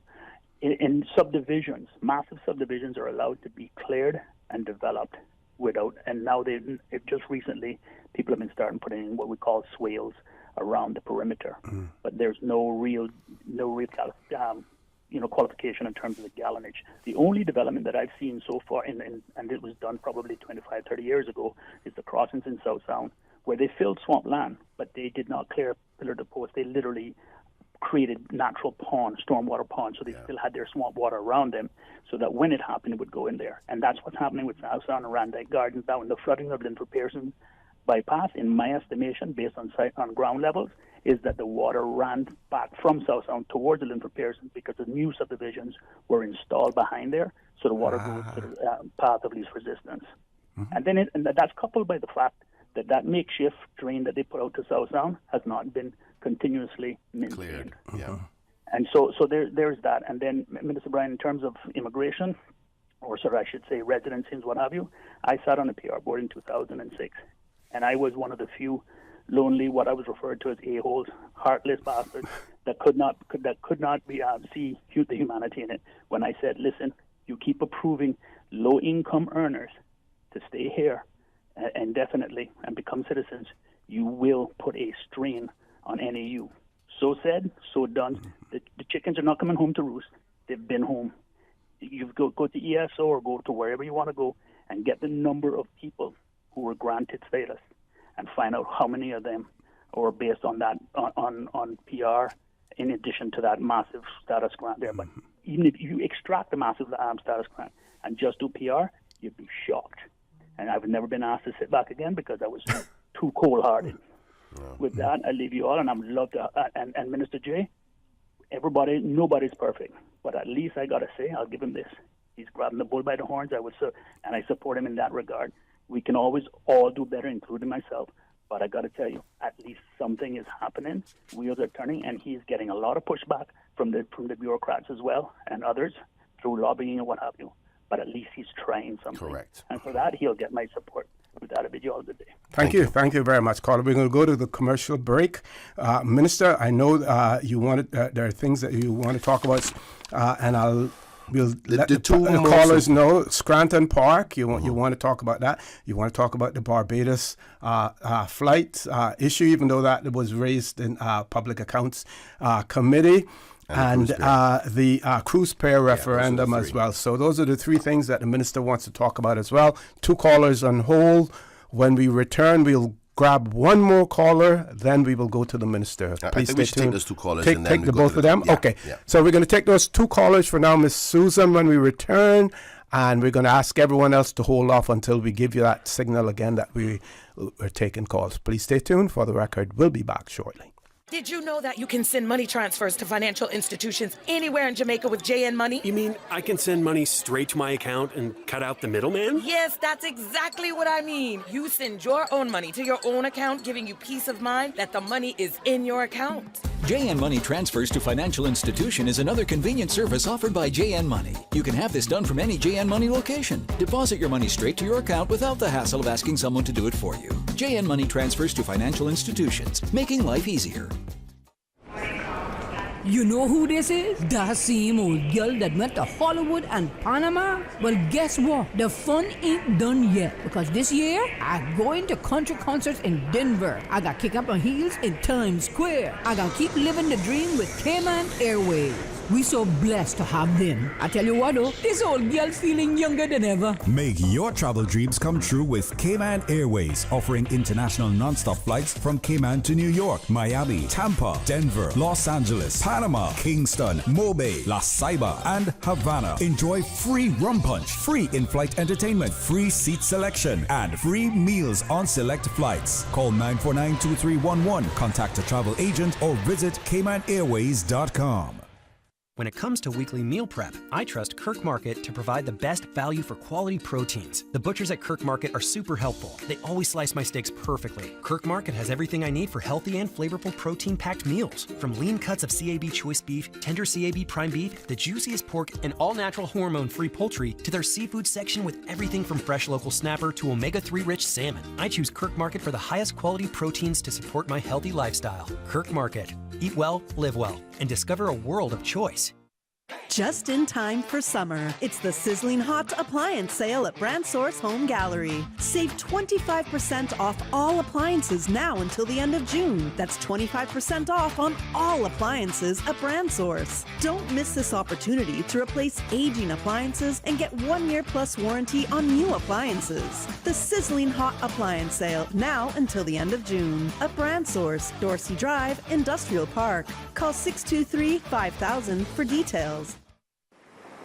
Introducing the new Shoreline iMap. Discover over 300 plus public shoreline access points in the Cayman Islands by using a new digital interactive map of all the public access pathways and beaches. Test out the new Shoreline iMap today and get walking or driving directions, see 360-degree street views, and find out what amenities are available at any shoreline access point found on the iMap. Dive into a world of coastal beauty and adventure. Use the Shoreline iMap today by visiting gov.ky/shoreline.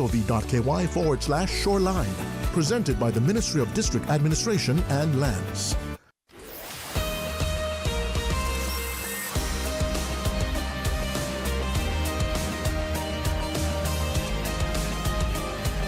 For the Record with Orrett Connor.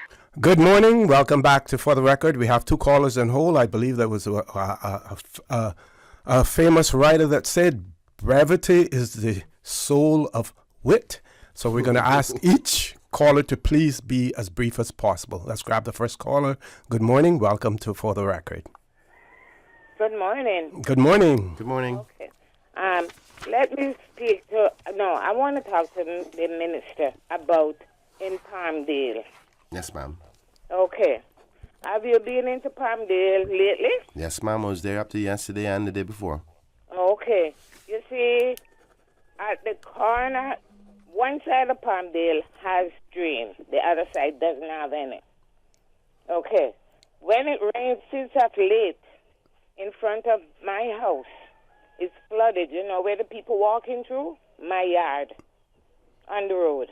My yard has now becomes the public thoroughfare when it rains.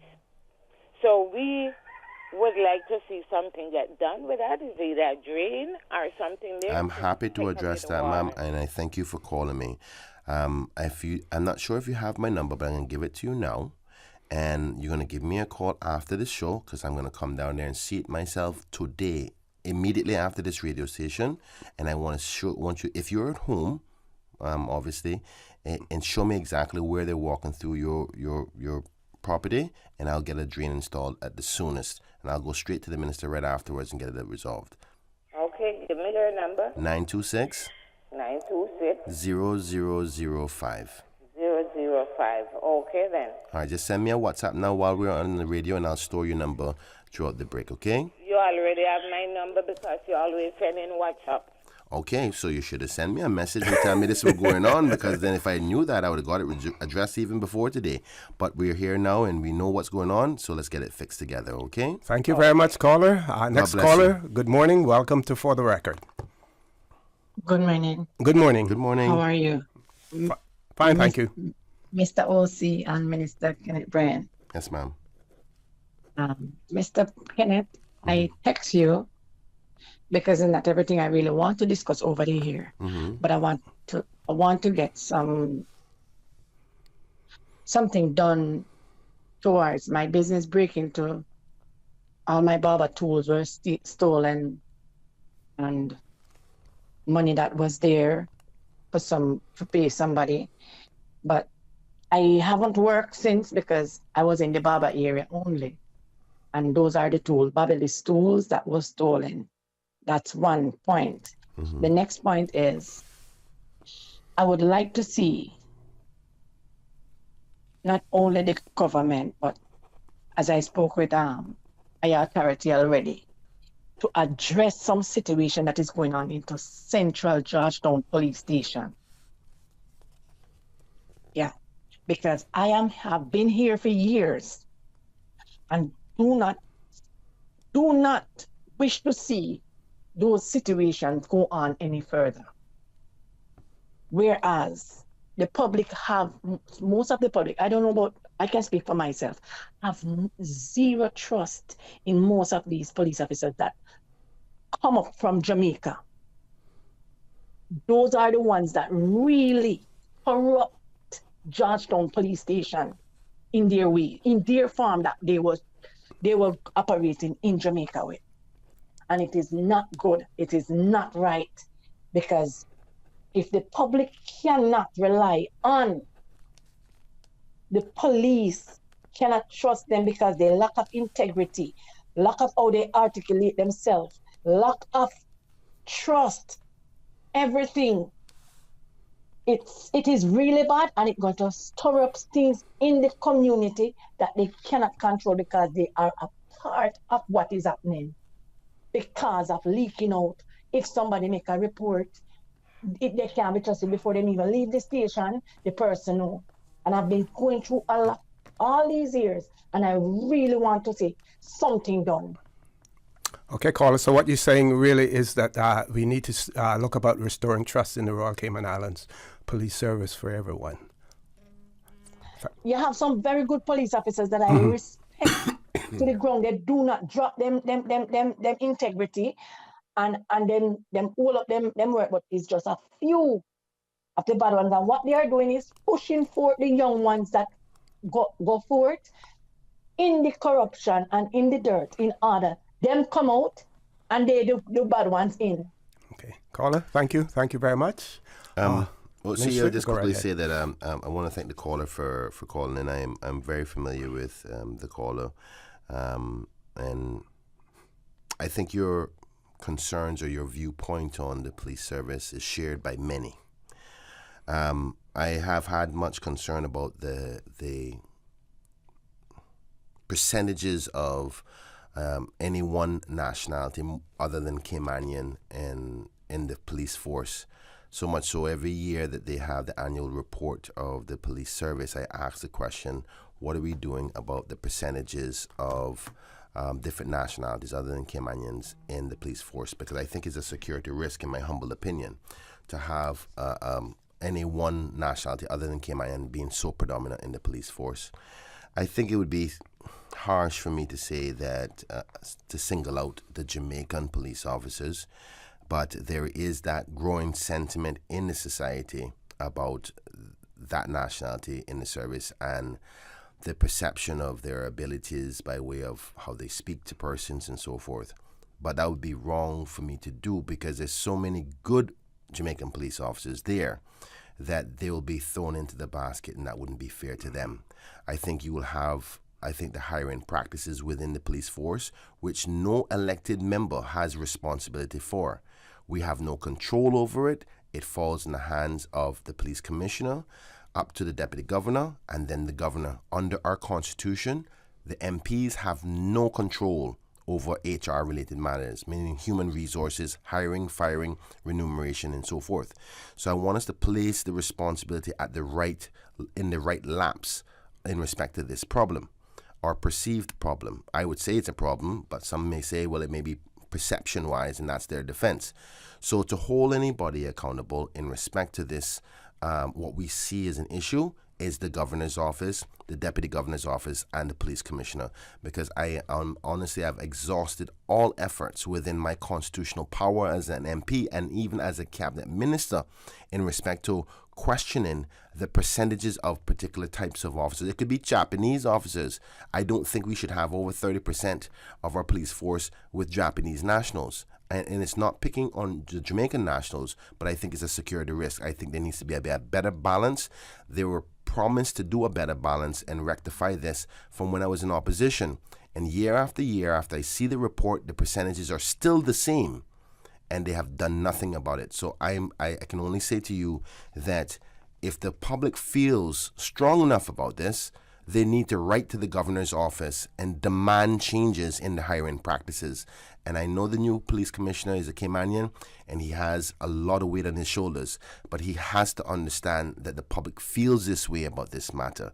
I want to give him the opportunity to make those necessary changes within the police force. It's not going to happen overnight, so we got to give him enough rope to be able to make the changes necessary. So that's all I can say to that, and I'm not sure what time we have, but I would like to move on now to another area if that is possible. Okay, well, we have to take the commercial break. First, we want to thank the caller as well. Folks, we're going to take a commercial break. Please stay tuned. For the record, we'll be back shortly. She hear clunk and our car stop. I was just about to send her some money, so I send it straight to her JN Money transfer card.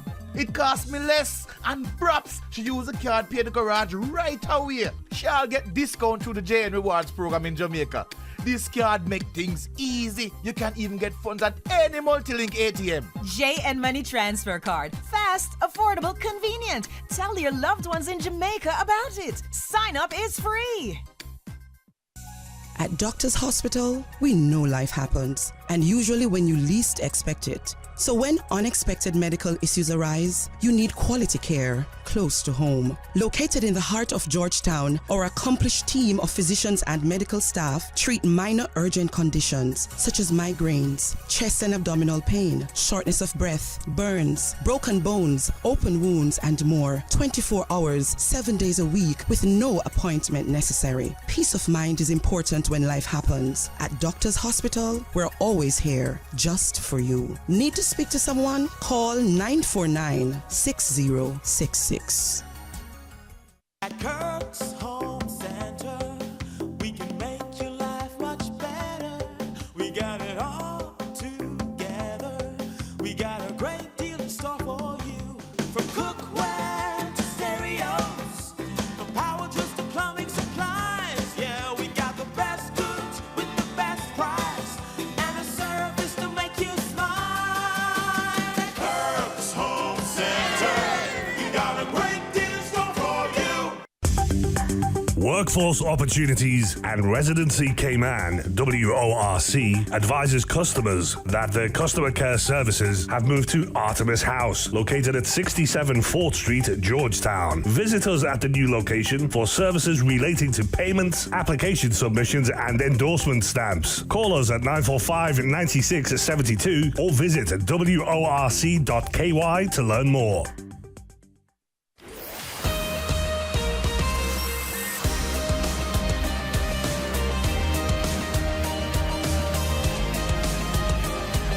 For the Record with Orrett Connor.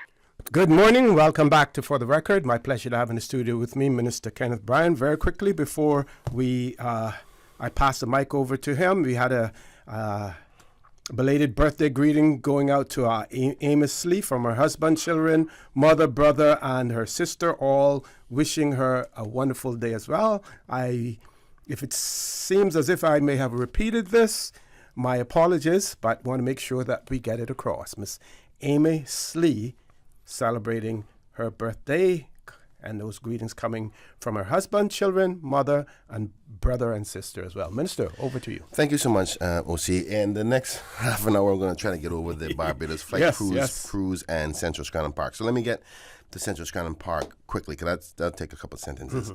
I'm very happy to announce that the first contract for Phase 1 of the Central Scranton Park has been awarded, and work for the Central Scranton Park will be started very soon. On July the 11th, we will be having a ceremony in the Central Scranton Park for the groundbreaking and, the shovel, all the shovel pictures and all that stuff. But more so importantly, a presentation by myself to talk about the how we got to the stage, where we're going, and what the look is going to be like. And what will the first phase entail? First phase will entail, oh God, I keep on forgetting that gentleman's name. The property we bought, the house right next to Spellman. right across from Spellman's house. Mr. Washington, is it Washington? I can't remember his name. But we bought the house there, and that's where the youth center is going to be. Okay. That's the first phase, which will be renovated into a youth center. So I'm happy to say that that's supposed to start in about 2 weeks. And that's part one of phase one. The phase one, which is the landscaping, will be going out to tender shortly, I think this week actually.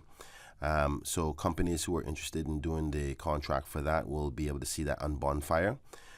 Phase two, which is the senior centers park, will also be going on at the same time for development. So I want to do the groundbreaking and the discussions so people can actually see what's coming, because I know a lot of people have said for a while that they don't know where things are at with the park, and justifiably so. But unfortunately, what happens is all the regulation and legislation and procurement and audits and all this stuff about getting things done takes forever in the civil service. And I don't think it's the civil servant's fault.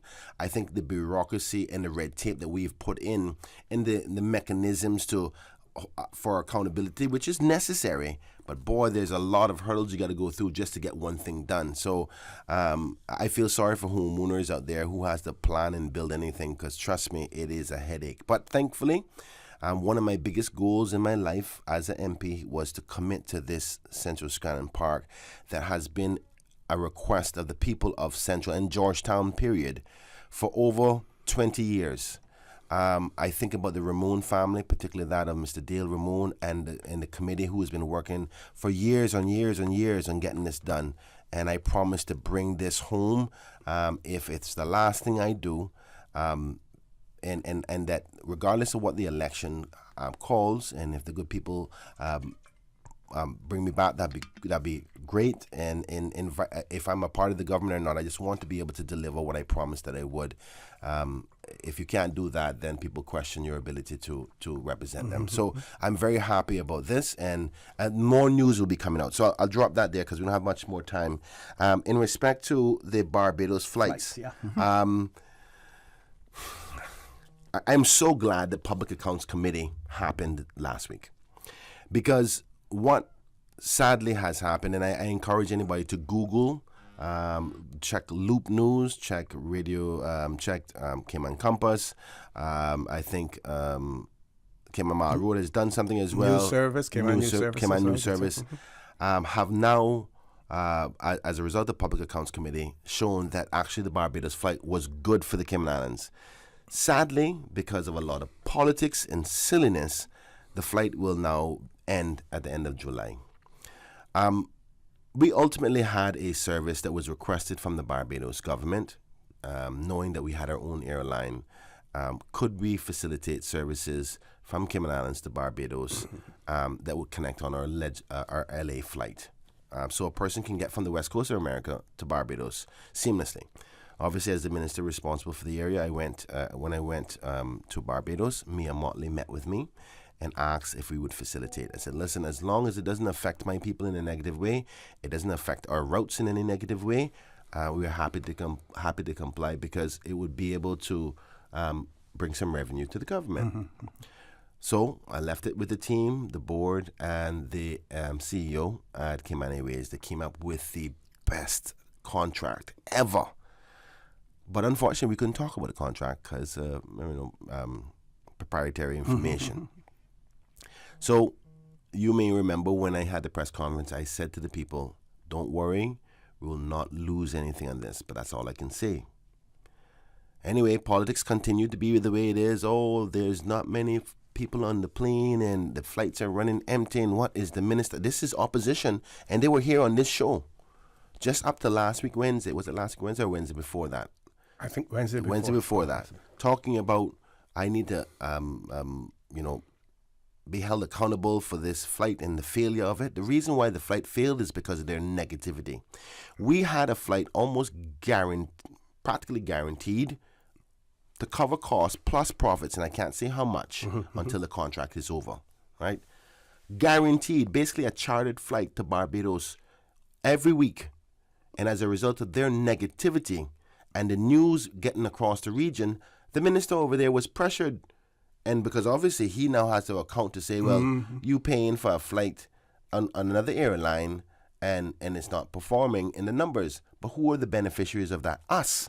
The people who are in the Cayman Islands can get on a flight cheap rather than having to go to Florida, to fly to Barbados. That would cost you 3 times the amount. We had a perfect deal, plus making profits. But because of politics, it's now ceased. And here's the part that is most concerning to me, is I sat with the opposition leader.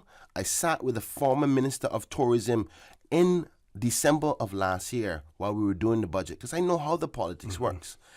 They're going to try to, things that perceive to be bad, they're going to go highlight that. Oh, the minister not doing this, minister doing that. I get that. I was in opposition. I totally get it. So I sat with them, all 2 of them, plus my team, my chief officer and another senior member of Cayman Airways, with the opposition leader and the Minister for Tourism in the private committee room in Parliament.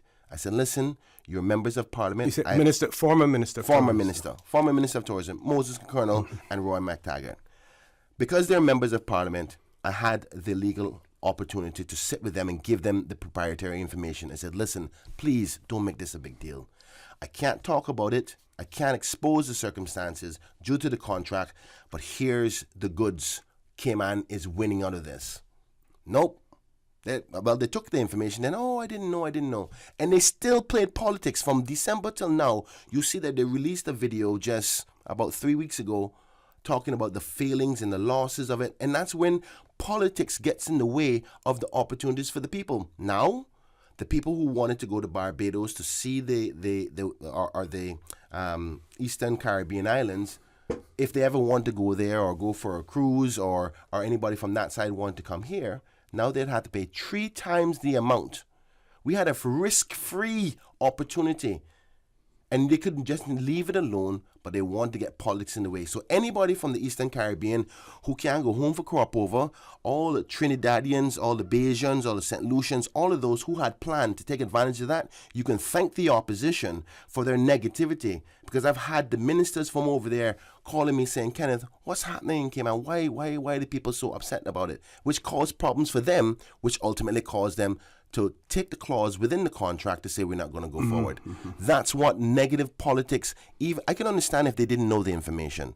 Totally get politics.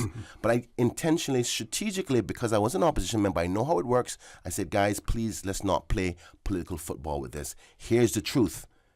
And you know what that means? You're being disingenuous to the people of this country. And if you're going to be so flamboyant with the truth, that means you would lie to the country. And I'm so disappointed with the opposition, because now those persons who were taking advantage of that opportunity, I'm going to give you another example. The Chamber of Commerce conference, Hell City was just starting to make way in the Eastern Caribbean because of that flight. So medical tourism was starting to bubble up. People were coming from the Eastern Caribbean because we have one of the best healthcare facilities in the Caribbean. Now, at the risk of nobody in the Cayman Islands, no taxpayers' money is lost, plus we got a profit. Now that opportunity is gone, and the economic tourism opportunity is gone from healthcare perspective because of politics. And I'm so disappointed in the opposition. I don't know if it was Roy McTaggart only by himself that decided to come out with this kind of behavior, or if the former Minister Moses Colonel was involved in it. But I must say I am very, very disappointed in the both of them. And that's when you need to be able to draw the line with politics in respect to the way you speak and the things that you do, and don't see that there can be a negative effect on the people. So now the flights are going to be gone, and you can thank the opposition for that. Anyway, I'm glad though that, and the evidence, don't take my word for it, because I know people will say, well, of course, Minister, you're biased. The Public Accounts Committee was held, and the Public Accounts Committee is where they hold the government accountable for any entity, the spending, and to bring out the truth about what happened. The 3 witnesses that were asked to come to answer to the Public Accounts Committee and the Auditor General was Fabian Worms, the CEO, the chairman, and my chief officer. They wouldn't ask me to come and be a witness because they know that I will answer them. But I'm very happy to say that the team that I work with answered all the questions, and now everybody's happy to say, oh, we didn't know it was that way. Now, I understand the rest of the public could have come to that conclusion and said, but Minister, I only saw 35 people going on the plane. So I knew that I had to deal with that PR and balance it because I can't say the truth of the whole matter. But I expected the opposition, who are elected members, who understand how tourism works, understand the privacy agreements that we were in, to not do that. And as a result, now it's gone. So if anybody has any questions about it, about what happened with the Barbados flight, because I know they've put out there this negative thing to say Barbados flight was terrible for Cayman. The truth is, because it was on Wednesdays, if that plane wasn't being used, it'd be sit down there on the tarmac doing nothing, because we don't have enough routes during the middle of the week. Where we need our planes is on the weekends. So it's like, say, for instance, you leased 4 cars and you use 2 or 3 of them often enough, and somebody says to you, listen, we want to borrow the other one that you don't use on a Wednesday, and we're going to pay you a little bit of money for it. Now, remember, now you're leasing it, so you got to pay the lease every year for it. But if the car isn't being used, it's dead money on the ground. So we were losing money on the ground. We had it covered to cover the cost for fuel, cover the cost for crews, plus added profits on the top for ourselves. Which one of the routes was actually making money? Anyway, the bottom line is, I don't want people to think to say, because the other argument that they were trying to use as well, we could have used that plane strategically for some other places. The truth is, during the midweek, there is no other routes we could have used the plane for, because majority of the travel into the Cayman Islands are usually Thursday, Friday, Saturday, Sunday, Monday. Wednesday is the slowest day, and we don't need 4 planes in operation. So the plane would have been sitting down doing nothing. And the former minister, Moses Colonel, is fully aware of this.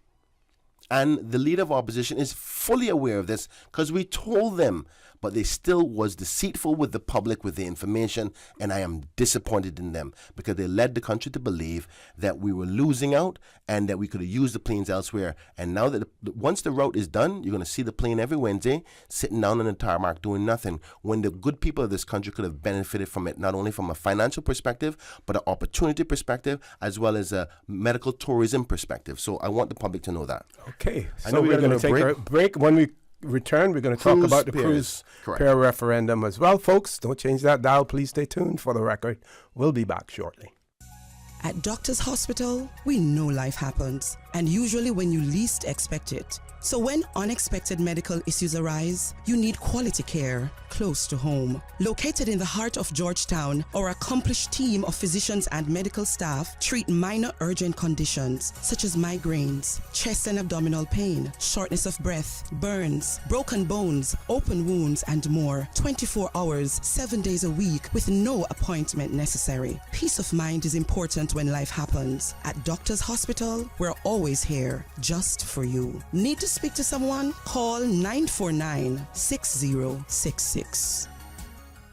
When it comes to weekly meal prep, I trust Kirk Market to provide the best value for quality proteins. The butchers at Kirk Market are super helpful. They always slice my steaks perfectly. Kirk Market has everything I need for healthy and flavorful protein-packed meals. From lean cuts of CAB choice beef, tender CAB prime beef, the juiciest pork, and all-natural hormone-free poultry, to their seafood section with everything from fresh local snapper to omega-3 rich salmon. I choose Kirk Market for the highest quality proteins to support my healthy lifestyle. Kirk Market. Eat well, live well, and discover a world of choice. Celebrate Father's Day with Digicel. This Father's Day, give Dad the gift of better connectivity with Digicel. Switch Dad to Digicel and get 50% off the plan for the next 3 months. It's the perfect way to show your appreciation and keep Dad connected. Switching is easy. Visit your nearest Digicel store today. Don't miss out on this amazing deal. Make this Father's Day one to remember with Digicel. Better connected. Just in time for summer, it's the sizzling hot appliance sale at Brand Source Home Gallery. Save 25% off all appliances now until the end of June. That's 25% off on all appliances at Brand Source. Don't miss this opportunity to replace aging appliances and get 1 year plus warranty on new appliances. The sizzling hot appliance sale now until the end of June at Brand Source, Dorsey Drive, Industrial Park. Call 623-5000 for details. The mission of the National Conservation Council and the Department of Environment has worked to protect and conserve the unique plants, animals, and habitats that make the Cayman Islands so special. Learn more at conservation.ky.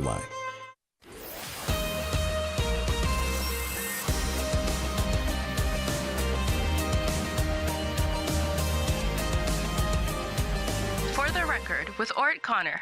Good morning. Welcome back to For the Record. We're on the last leg of the show this morning. This exciting show with Minister Honorable Kenneth Bryan. We have one caller. Do we want to grab the caller? Yeah, take the caller quickly. Okay. Caller, good morning. Welcome to For the Record. Hello. Good morning, caller. Welcome to For the Record. Yeah. Good morning to the Honorable Minister. Good morning, Lord Graham. How you doing? Good morning.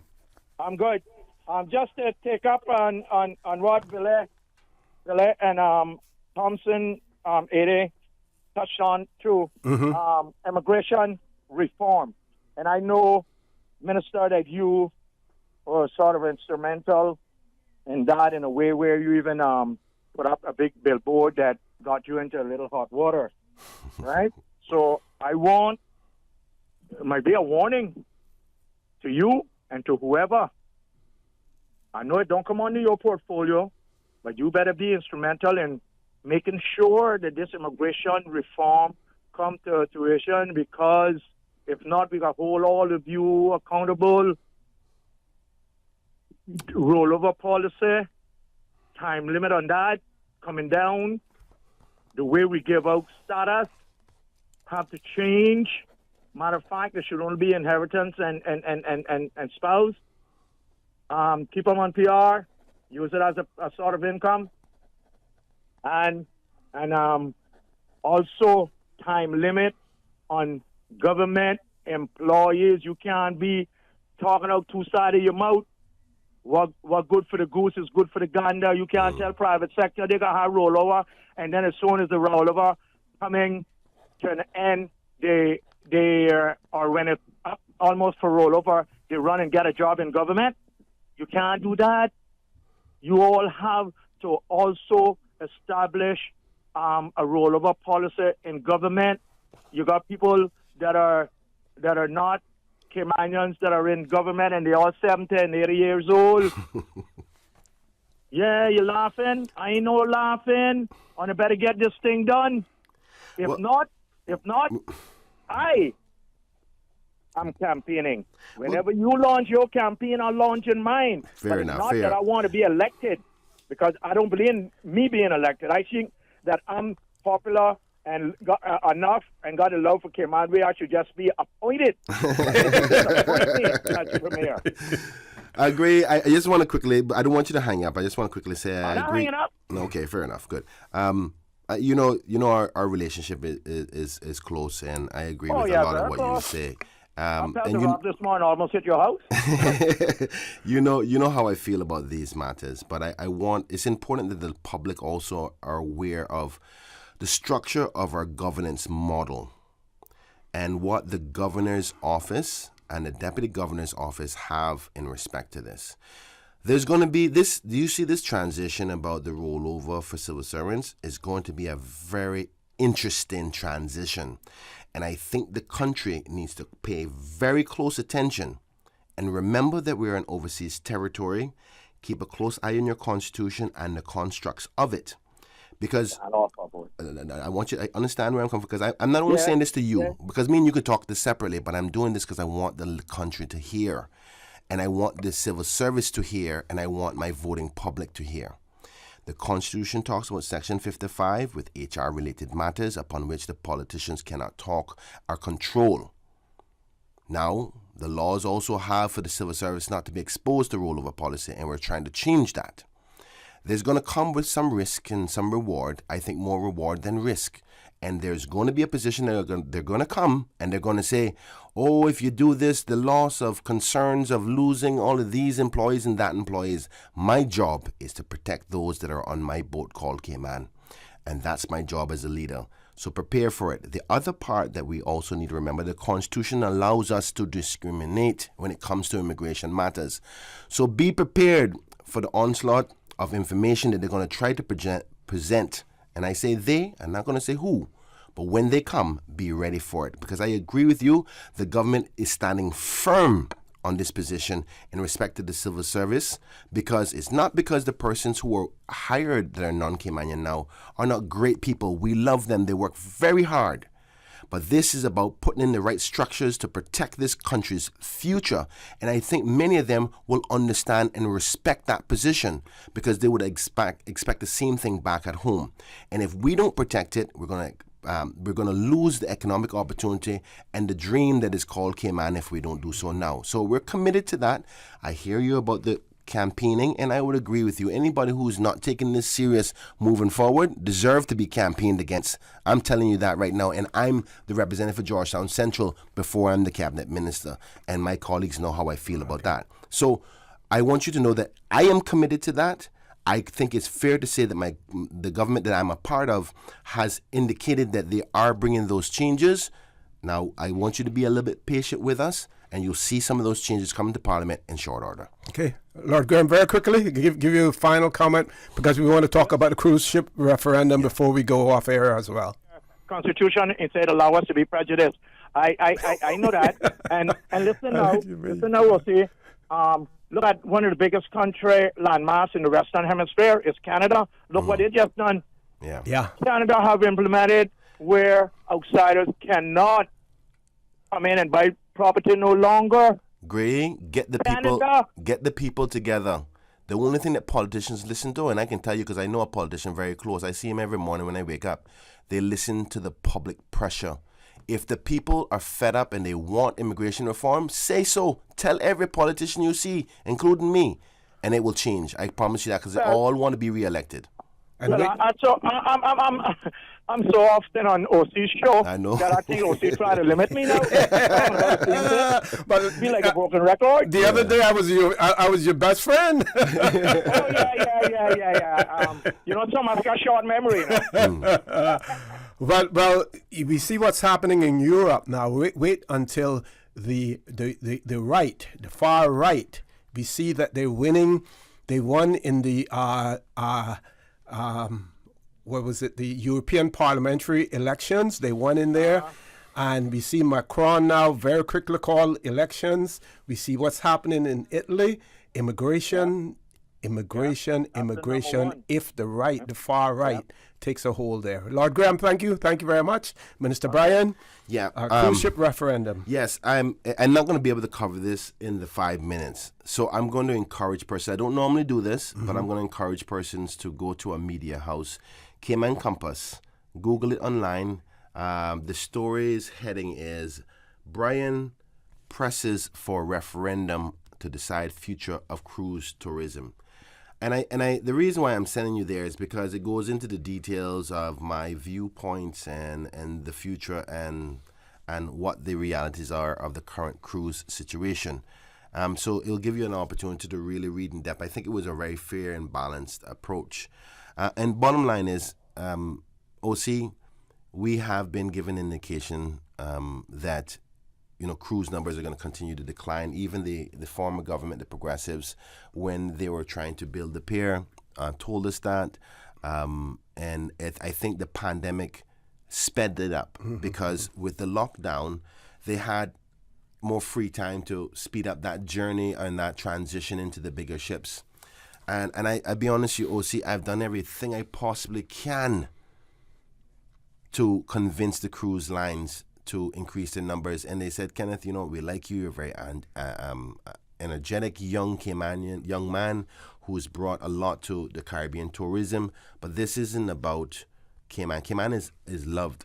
It's about the business model that we're transitioning to. It's more mass orientated.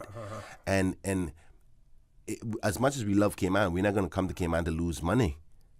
If it don't make money sense, they're not going to do it. And the reality is that without a pier, we're going to have continued decline. Now, that is okay if that's what the people want. My job is to act on behalf of the people. If the people don't want a pier, then okay, We know there's no pier, and we also can check the projections that from here in 5 years, this is the way the numbers are going to be down to, example, say 30%. And this is just an example. Don't hold me by these numbers, but hypothetically speaking, it goes down to 30%. What does that mean in job losses or business concerns? And how do we prepare for that transition? Because it's a national decision. But that's if that's the decision. And I don't know how to guide the future of tourism in respect to cruise without having clear direction as to the people's feeling. Yeah. I want this to be clear as possible. It doesn't for me personally, if they don't want it or if they want it, either way I'm fine with it. My job is to act on your behalf. So we just need clear direction, because on sensitive matters such as this, the people have to have their say. If we do anything outside of that without their involvement, we're setting ourselves up for failure.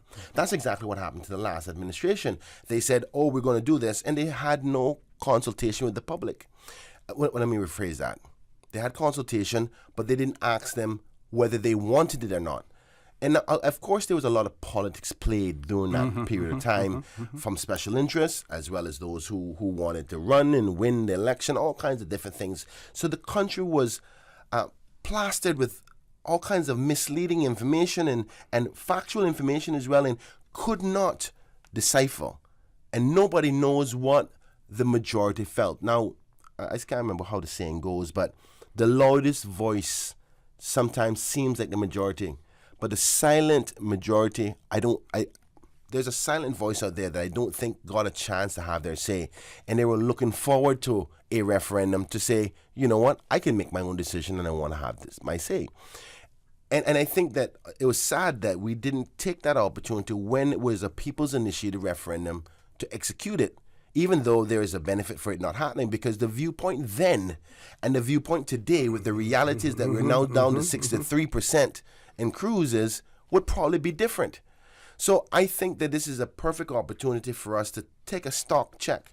Maybe somebody who was saying no before would probably say a little different now that 63%, which is 37% losses in cruise numbers. And it doesn't project to be any better in the years to come. And for those persons who say, well, we don't want mass cruise tourism, I don't want it either. I want quality over quantity. But I'm saying that even if you only want one ship per day, eventually every ship that is cruising is going to need a pier to do so. Unless it's the luxurious ones who even them are limiting themselves from the tendering process because it has a risk. Now, I know we had to go to the break. I just encourage everybody. I go to the end of the show. I'll wrap it up by saying this, folks. I'm going to obviously continue to talk about this more in the future, but I encourage you, go to Cayman Compass, read the article. It's done by Miss Rishma I can't remember her last name, Miss Rishma, and the title is Bryan Presses for Referendum to Decide Future of Cruise Tourism. Because I genuinely think, and the government needs to know that you're okay with that before we decide that. So I want your feedback. If those, even comment on the article if you want. We're going to do a survey with the ESO about how people feel about the cruise pier to see whether it's justified to have a referendum. But I think any government that does anything else without input from the public is taking a risky move. So I'll leave it there. Thank you so much, OC. Thank you for all of those persons who called in, and my prayers are with any family out there who's lost a loved one recently, and I will continue to pray for you and your family for strength. All the young graduates that are coming up, God bless you in your journey, and thank your parents for all the hard work that they've done, and keep committed. Carry on with your education or your job opportunities. God bless you and have a good day. Okay, I'm going to close with this. This person wrote and said, I was raised in a traditional Cayman house set on stilts. After the flood rains, we used to play on the porch until the waters receded. We lost touch with what makes the Cayman Islands unique. We need to be attentive to our environment and construct our homes in harmony with it. My house plans are set in concrete posts should I ever get to build. And I believe there is one more. This person says, oh, this is a long one. I'll just forward it to you, Minister. Folks, I want to thank all of you for participating. Those of you who listened in, those of you who shared your comments as well, I say to you, have a great day. Remember to join Sterling Dwayne Ebanks at 12:15 for Talk Today. And as usual, we ask the good Lord to bless these three beautiful, wonderful Cayman Islands. For the Record, proudly brought to you by Brand Source Home Gallery, inspiring luxury, and JN Money. From abroad to yard. Fast, affordable, convenient. Doctor's Hospital. Peace of mind is important when life happens. Doctor's Hospital, always there for you. Call 949-6066. And Cayman Airways. Call them on 949-2311 to book your nonstop flights to Los Angeles and Panama. And Digicel, Cayman's bigger, better network. And Kirk Market. Experience a world of choice. If they are talking about us, living in your head rent-free all this time, we must be relevant. Radio Cayman since 1976.